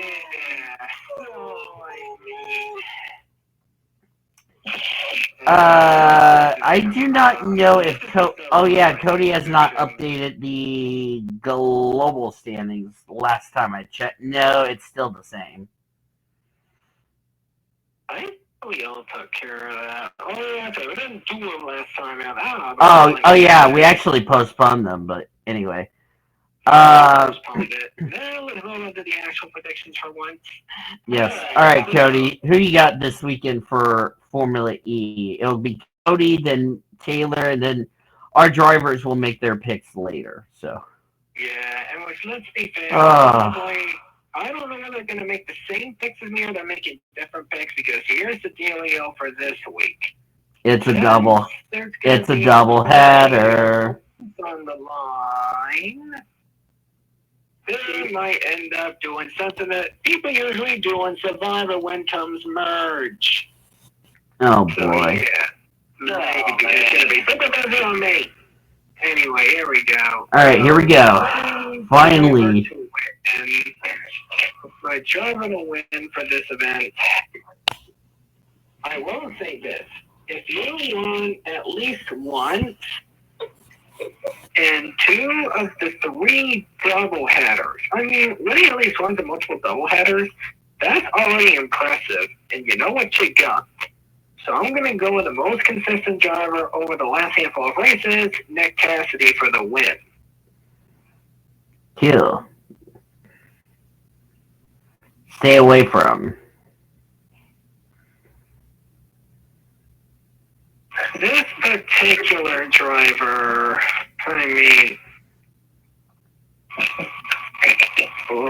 this particular driver stay away from, frankly, I think he kind of got lucky in the second race. I don't know how he's been getting lucky multiple times in the last handful of races. But I have a feeling that he's going to be down the dumps twice at Shanghai. Give me Gian Truvella here. Jihan Daruvala is what you mean by saying that. Yeah. Let me go spell his name out before my keyboard decided to be a derping ostrich. That would be funny.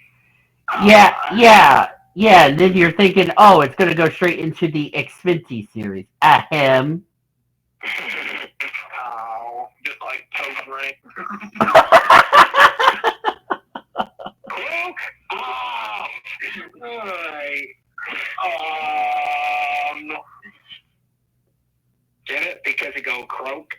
Oh. Oh. All right, Dark Horse. Dark Horse? Oh. I would say he could have a possible advantage only because he has gotten a podium. And let me double check.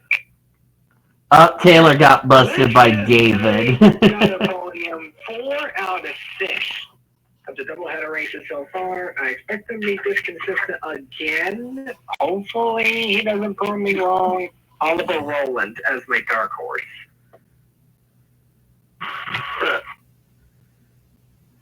And now DTM. All right, for DTM, looking at who won before in the last event. All right, first winner I got to figure out about who is the second winner. That explains a thing or two because it wasn't Jack Aiken, you're not surprised, but look at Instiller. What the flip? Yeah, that's what I'm thinking. Like, Nick. By the way, Nicky Tim is, by the way, your reverse points leader over Maximilian Paul. how did Maximilian Paul suck him last time out? I have no idea. All right. Well, he got disqualified. And by the way, Paul Motorsports is your reverse leader in the team's championship, and the reverse manufacturer leader is McLaren. All right, so the driver to win that I am going to pick for this race, I'm just going to pick a similar one. Jack Aiken as the winner. Watch Cody get his winner wrong, and then he says, all right, who do I need to throw off a cliff for that? And I'll be like, I knew that was coming. All right, Go let's on. take a look at something for the entry list. Wait, Cody, yeah, why do you not have all the drivers for the second round yet? Anyway. Because they're being derping hyenas. What do you expect? Yeah, my driver to stay away from is going to be, I can't pronounce his name, so I'm going to say that Turkish driver. That Turkish name? Yeah, Hayan Can. I can't. If I mispronounce Turkish names, I'm going to run for my life. Dark Horse. A dark horse for this event.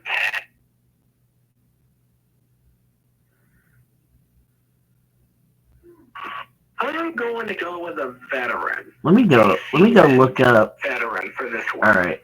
While you're doing that, I'm going to go look up. Let me look up. Rennie Rast for dark horse. Yeah, I was actually going to go look up the who's running full time in DTM. So that way we know who is running full time and who's not. If I can find DTM, nice motivational Belch Taylor. How do you feel?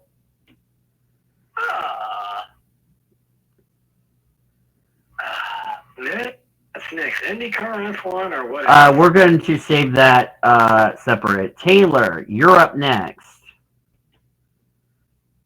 Oh, man. We're saving that for the big prize, Cody. All right. Ray Taylor, who's your stay away from for Formula E? Oh, man. Decisions. You know what? I'm pretty sure I think we should add. What? You got a crashing toe ring.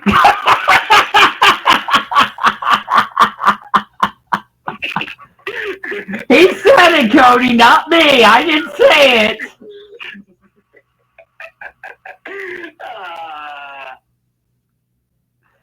All right. All right. Let's see if I can get this thing to cooperate. Without it being a derping hyena.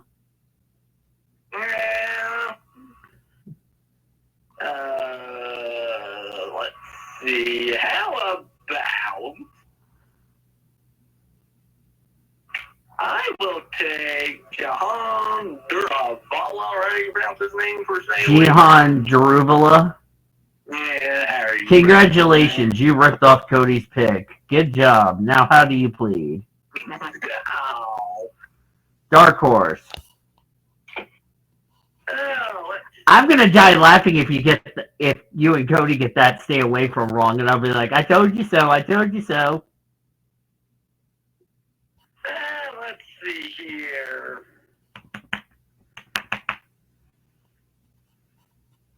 Oh yeah, let's not forget we still have to do LTR NASCAR picks, by the way. Oh man, wow, we're almost 2 hours into the show. How about that? Oh, this is gonna be a great premiere.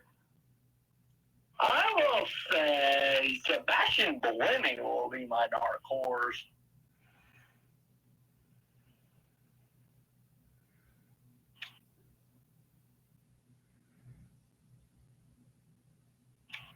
Okay, and your winner. You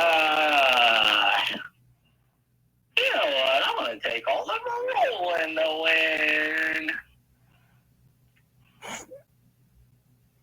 And now DTM. All right, let me go pull that up and let's see. Those were my predictions for toe ring.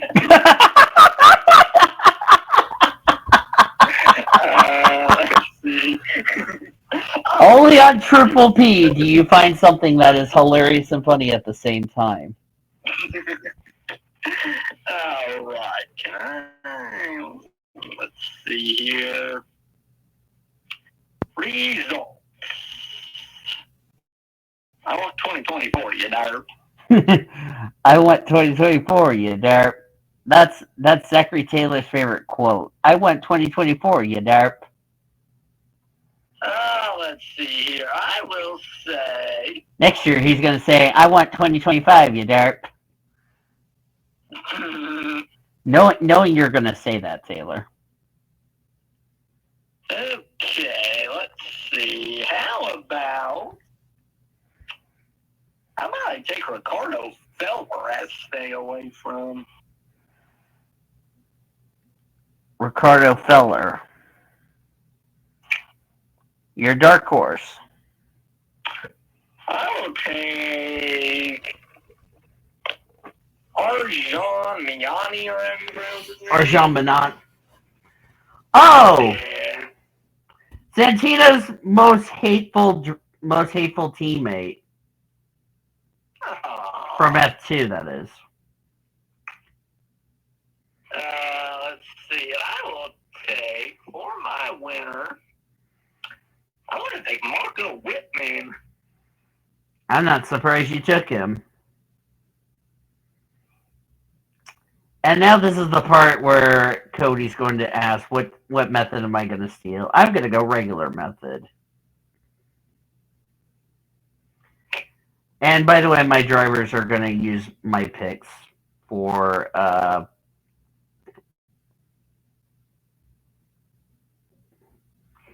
and yeah. All right, Formula E. I'm taking Taylor's method. I'm sorry, Taylor. Oh. Taylor's fully clothed.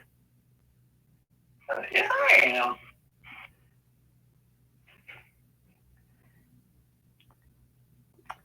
All right, let's see.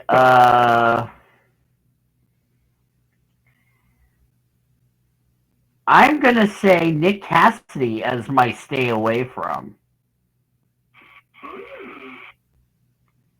And Cody's like, bruh, Danny. Now here's my reaction. Keep going, huh?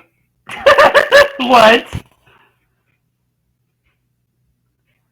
I am gonna go with Nick, or I'm gonna go with Mitch Evans as my dark horse.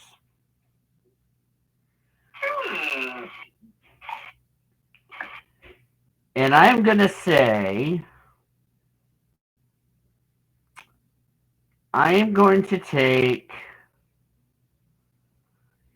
Sam Bird to come back and win.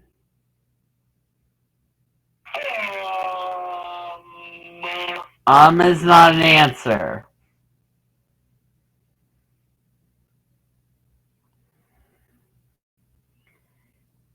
I am going to say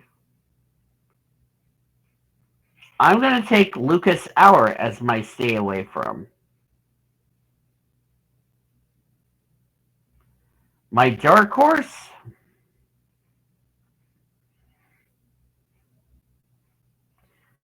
I'm going to take Jack Aiken.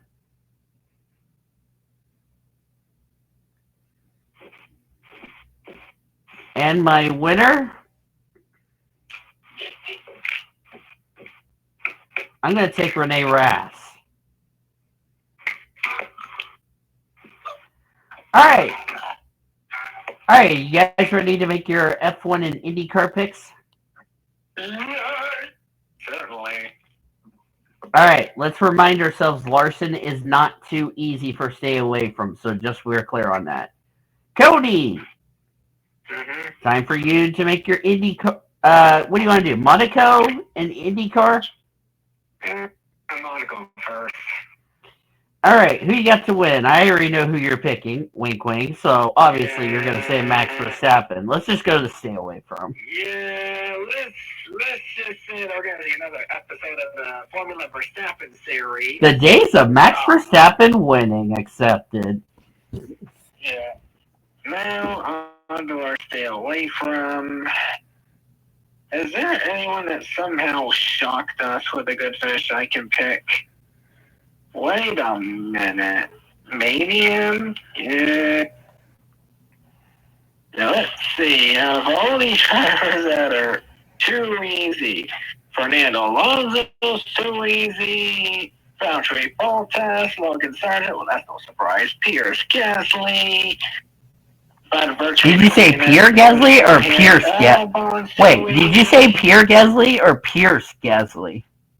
I heard Gasly too. I heard Pierce Gasly for some reason. Pierce Gasly in the Xfinity series. Oh no.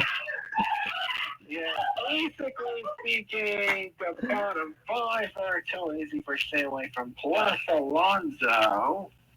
Wait, Danny. Yes. So what you're telling me is Pierce Gasly's gonna crash at Cobra.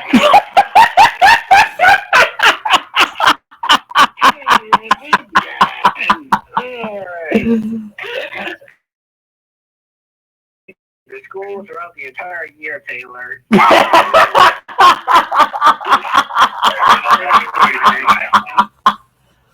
Anyway, stay away from is actually kind of difficult to pick this time around because you don't know if a lot of good drivers can be crashing out of the race and then any of them take advantage of it.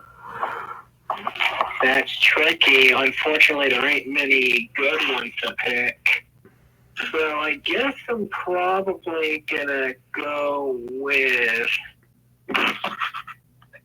Sorry, America, you're not succeeding in F1 this week neither. Kevin Magnussen for stay away from. And just a reminder, what if Magnussen gets a bunch of penalties this weekend, he will be suspended from the next race, which I believe we're going to Canada in 2 weeks. Because after Canada, we go back to Spain, which I find it weird. We're going to Spain after Montreal. It's before Montreal when we go to Spain. So, Yeah. or should I say my favorite word, pain, without the S? Yeah, so basically, my dark horse for this race, I'm going to go with who's been Mr. Podium lately, Charles Leclerc. All right. Now your IndyCar pick. I know there's quite a few drivers in IndyCar that are not so easy for stay away from. Larson being one of them. Yeah, Larson being one of them. Some of the others include Marco Andretti not being too easy. Let's see. Let's see who is too easy as far as IndyCar.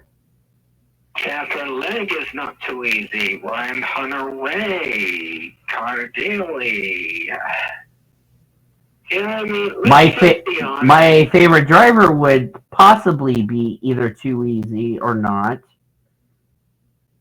I don't know who I'm going to pick for stay away from, so let's just get through the other picks here. And that would be? My driver to win, even though it's kind of rare to see this happen specifically at the Indianapolis 500, I know Penske's had a lot of success with their cars on top of Ganassi, so it's usually going to be one of those two teams. So, out of those teams, I'm going to pick Scotty Mack to win from pole position to win the Indy 500 for the first time in his career. I would not be surprised if it happened.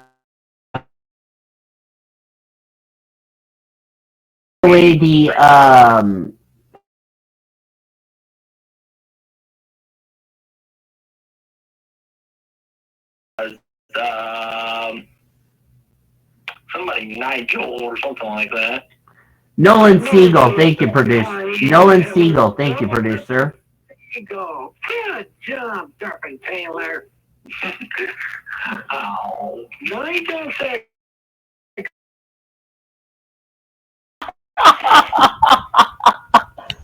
Oh, God.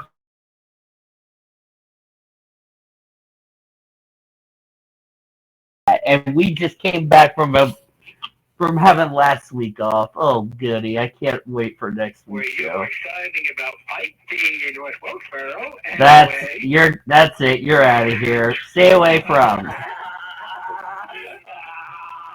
Since this is their first start of the season, I can pick them. Catherine Legs as the stay away. It's actually Catherine Legg. Don't tell me you added an S to the word leg. This is not Catherine Legs. I was just making sure you said it right, you darp. Who's your dark horse before the Dorpathon continues with Cody? Jesus Christ.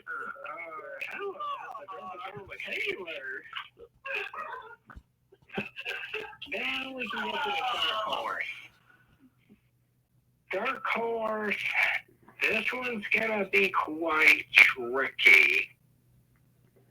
So I'm gonna do some research real quick. You know, he's had a pretty bad season so far. This will turn around. Joseph Newgarden as the dark horse, as the defending Indy 500 champion. You know, it'd be really funny What? if Newgarden finishes second to McLaughlin. Yeah. Hey, Mr. Taylor, you're up next. Oh, man. I could not wait to tell Sean about what the hell just happened in this VC. All right, Taylor, let's do this. Who is your driver to stay away from for Monaco?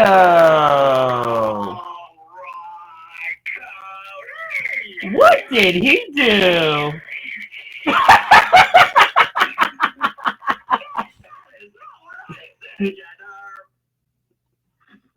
I did not say Nigel Siegel, you Actually, it's on the stream, so the stream doesn't lie, Taylor.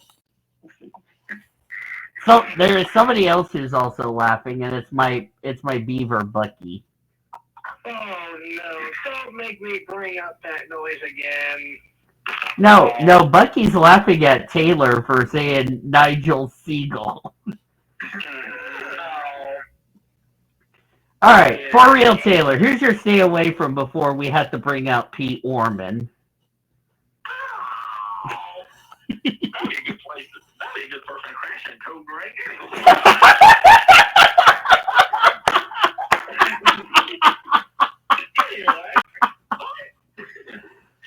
Stay away from Brett one here.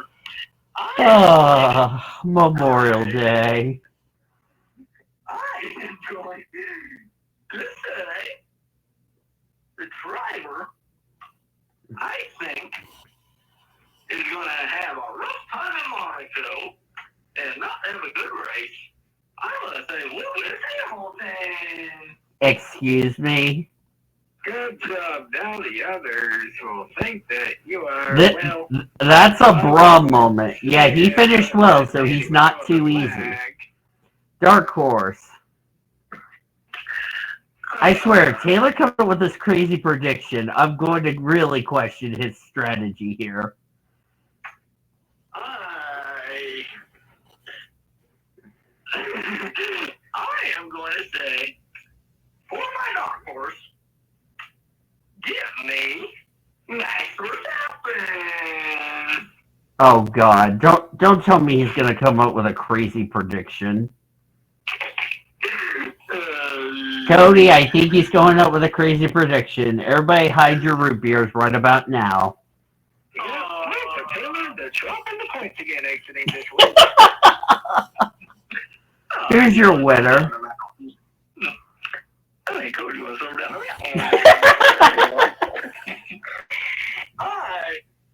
I am going to say, I'm going to say Logan Clark is my winner nomination.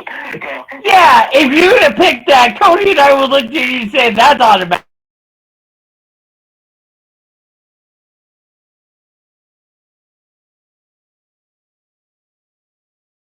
Forgive me, Lando Norris.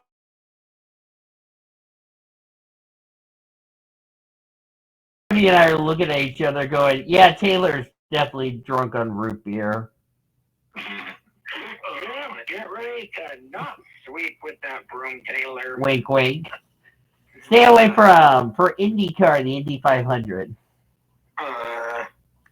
Well, I don't have any root beer, so, yeah. Anyway. Well, Katie will buy you root beer, knowing her, because she loves to drink root beer with you, fully clothed. Actually, I got a fridge full of Mountain Dew at the moment, anyway. With Katie? That is because, anyway, moving on. 2,500 predictions. We're nearing 2 hours, by the way, since we started streaming. Oh, goodness me. Yeah, possibly could have dropped up on Cody with having coming up next, we're going to have defensive and the mountain marathon.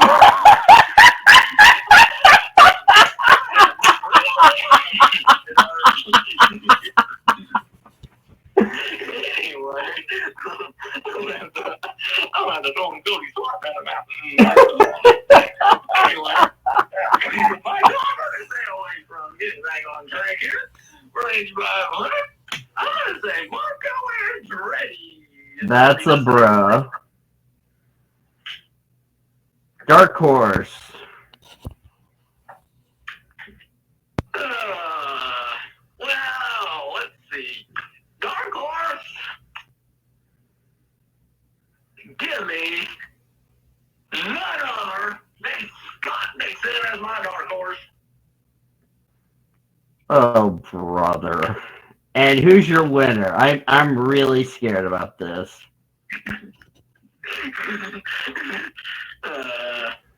All right. The driver, I'm going to say that it's going to be getting a milk bath in victory lane. Give me Alex Palou.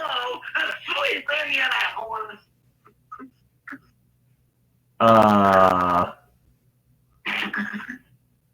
I'm just moving on, thank you.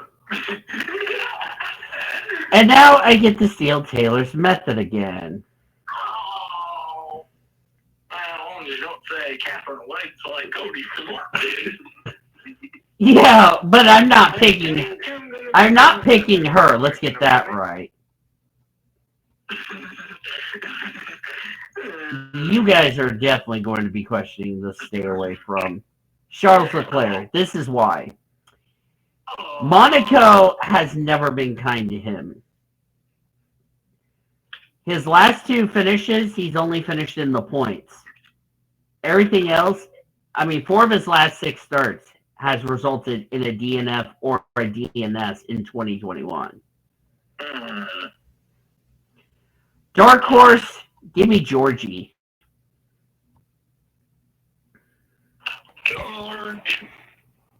George of the jungle, watch out for that tree. And my winner, to nobody's surprise, Max Verstappen. IndyCar, all right.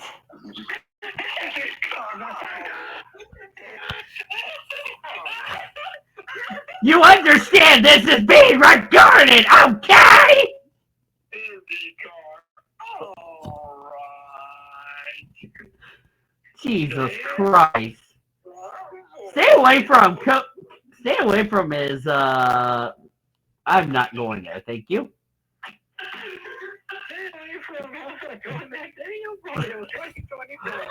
Shut the front door!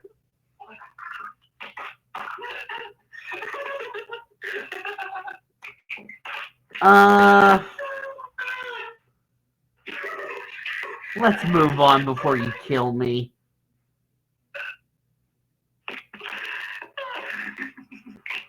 Alright, let's see. Oh, by the way, Stingray Rob is now too easy for stay away from. Oh, man. I'm going to say stay away from Graham Rahal. He finished 9th, so he's not too easy. I said Rahal, not Reagan, you darping ostrich. There's no such thing as Graham Reagan, you darping hyena keyboard. I will put you in the Xfinity Series keyboard if you don't stop being a darping hyena. My dark horse back on topic. He isn't going to win the race, but I'm picking Kyle Larson because why the fuck not? And my winner...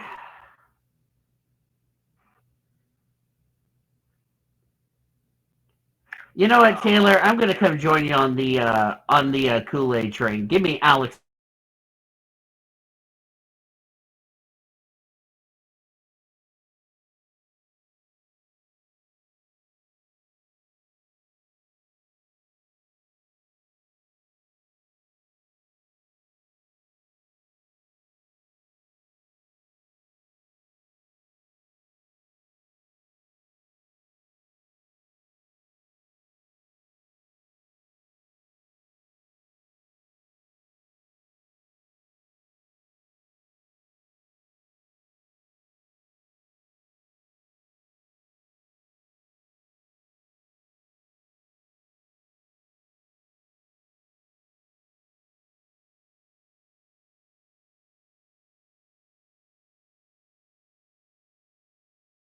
I'm going to ask what the hell you just said. Do I even want to know? I saw that one coming.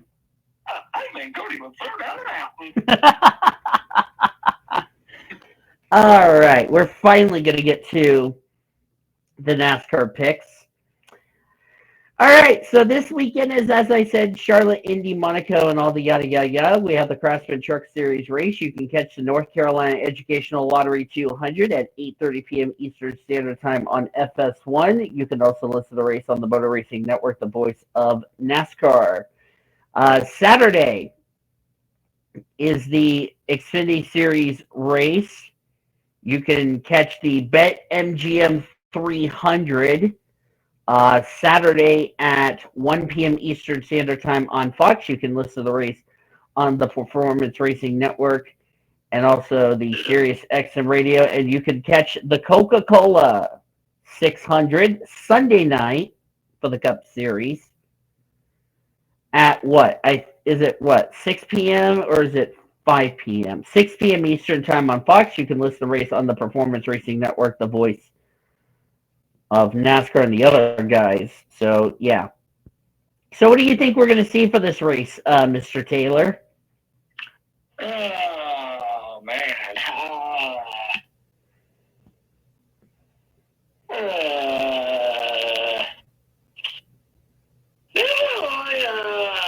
It'll be interesting to see what does happen at Charlotte. Definitely, I think we'll see a pretty interesting race over there for sure. Definitely going to be a good race, if you ask me. So, are you ready to make your picks, Taylor? Yeah. Have you taken a good look at the entry list lately? As a matter of fact, I'm looking at it right now. There's a lot of bras when you're looking at the entry list.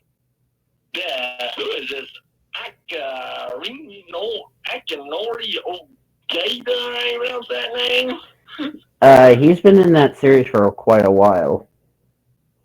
Kyle Busch is going to have to qualify on time in the 33. Weird, Kyle Busch is driving the car that's not the 18, if you ask me.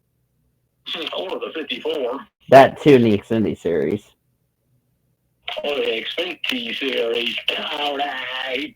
Jeffrey Earnhardt going to have to qualify on time in the 67 for MBM for Carl Long's team, which, by the way, if qualifying gets rained out, Jennifer Jo Cobb, Jeffrey Earnhardt would fail to qualify for the Xfinity Series due to being low in owner points, or in the 67th case, having no owner points to fall back on for a provisional.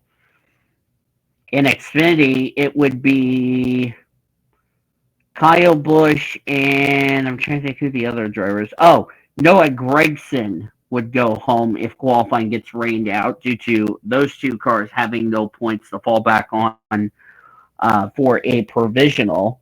And then everybody makes the show in the Cup Series, and we do not. Oh, yeah. We found out Ty Dillon's going to be driving for Team Amerivet, which, by the way, that used to be called the Money Team. If you didn't know that. And also Timmy Hills, and also if Timmy Hill can get sponsorship, we have a full 40 car field for the Cup Series. So, all right, Taylor, let's start off with you for the Truck Series. So I'm gonna say you're going with stay away from, long shot, dark horse. That is not what I wanted you to do, you derping hyena. All right. Start off with your stay away from. Remember, I need to remind you, if you pick a driver that fails to qualify, you have to send me your backup pick before then.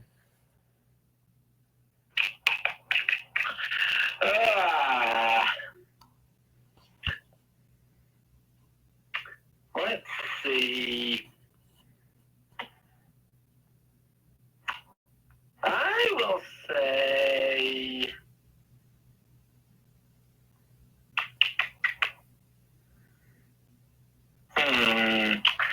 I'll say Tyler Ankrum will be my stay away from. Okay. Next up. Let's see. For long shot.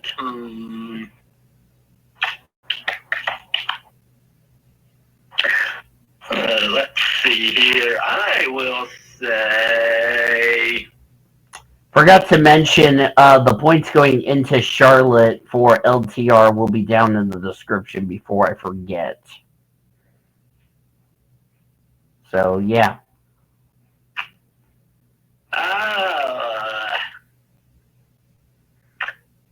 How about I will take. How about we go with Chase Party for a long shot? Dark horse. I am going to say for dark horse here.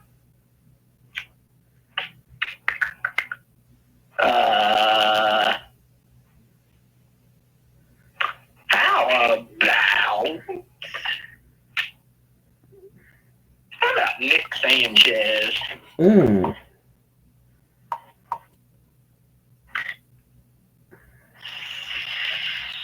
You're on sleeper. All right. How about we go with Corey Hine for sleeper? I am not surprised. And your favorite? I am going to say the driver I am going to take to win. Give me Christian Eckes. All right.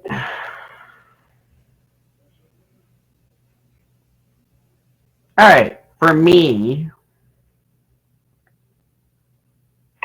for the truck series, and like I said, I'll get everybody else's picks in.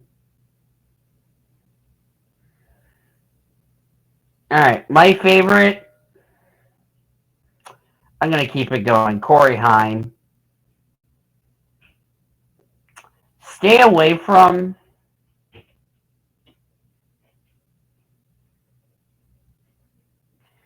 this one's going to be a tough one because I've never would. I'm probably going to go with.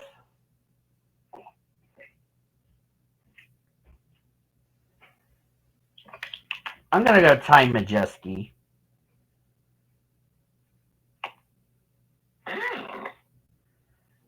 Dark horse.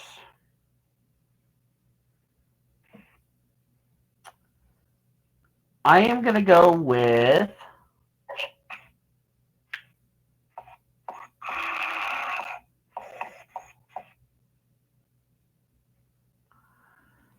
I'm going to go Christian Eckes.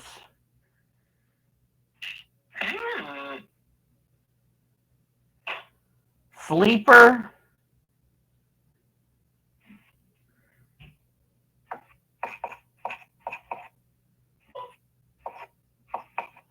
Tough one for a sleeper, though. You know what? Sleeper. Roger Carruth.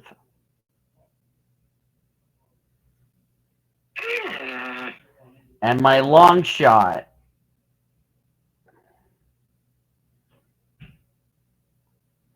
I'm going to go with the Moffinator. Brett Moffat's in the field, by the way. All right, Taylor, your Xfinity Series picks, or as Cody likes to call it, Xfinity.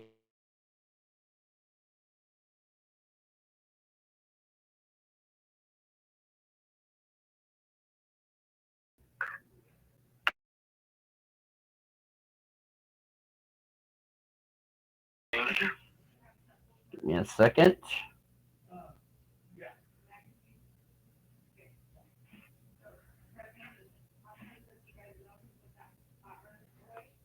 All right, long shot.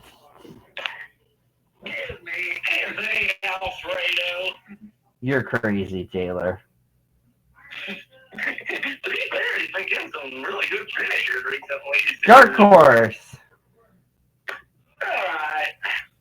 Give me Debbie. I knew you were going to pick him. Sleeper.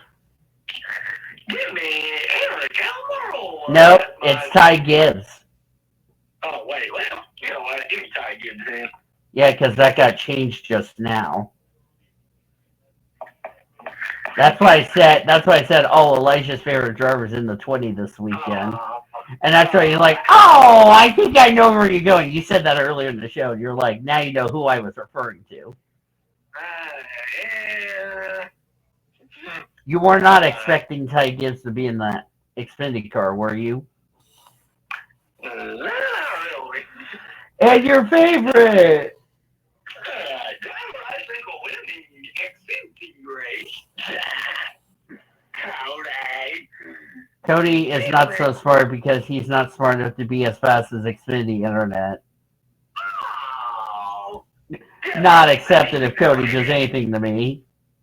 Give me Chase Elliott to win the Xfinity race. Alright, my Xfinity picks.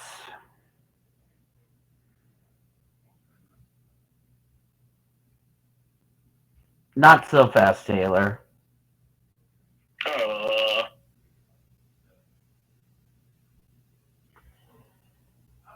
I'm going to say Austin Hill. Excuse me. I just cheated, by the way. Nice motivational tutor. I'm going to go with...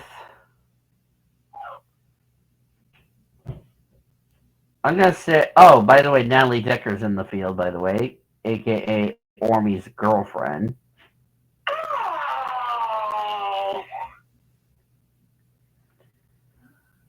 I'm going to go Dean Thompson as my stay away for, who, by the way, is making his Xfinity debut. Is not an answer. Give me Sammy Smith as my dark horse.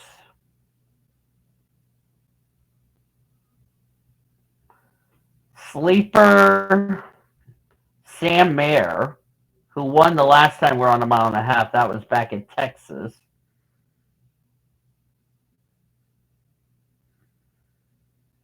And my long shot.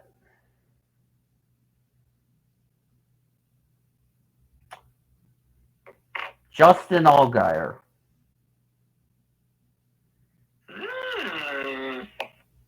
All right, Taylor, your cut picks. All right.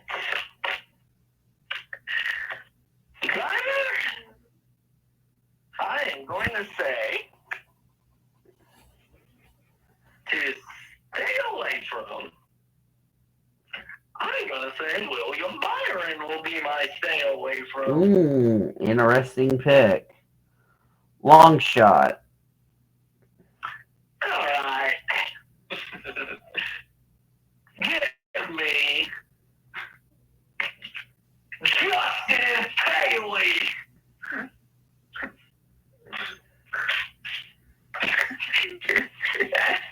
Dark horse. Damn, you're probably questioning that. I'm not even going to go there. Let's move on. You know what, dark horse? Give me the driver of that 54 Toyota.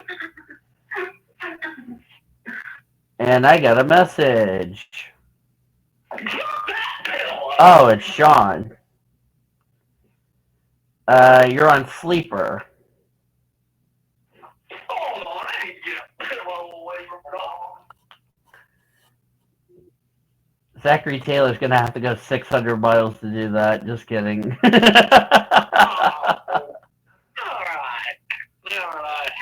Had to play take a pillow away from the dog. Wait, so you're going to play whack a dog with a pillow? Okay, thanks for telling me. Continue. Oh. I'm not even going to go there. Anyway. You just did. Anyway, go on. Give me Ryan Blaney as my sleeper. Last year's winner of the race. And your favorite. And the driver that I think is going to be celebrating a Coke 600 win.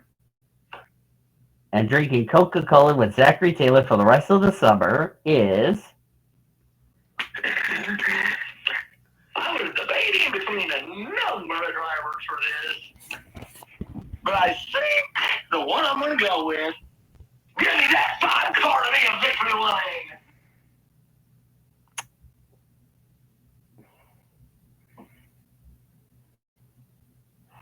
My turn.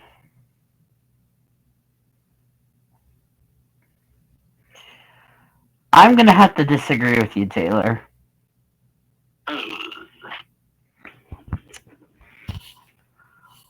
I am going to say,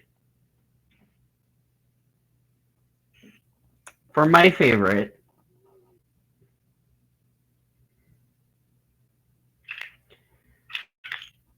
I'm going to go with Chris Buescher. Man, to be fair, I thought about picking him. Stay away from Jimmy Johnson. That's not an answer.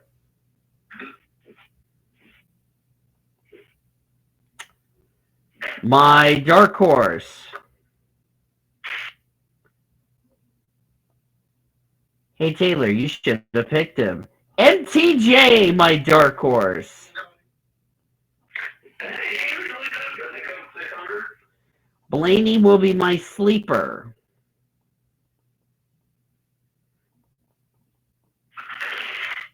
And my long shot, you're going to call me crazy. Michael McDowell as my long shot.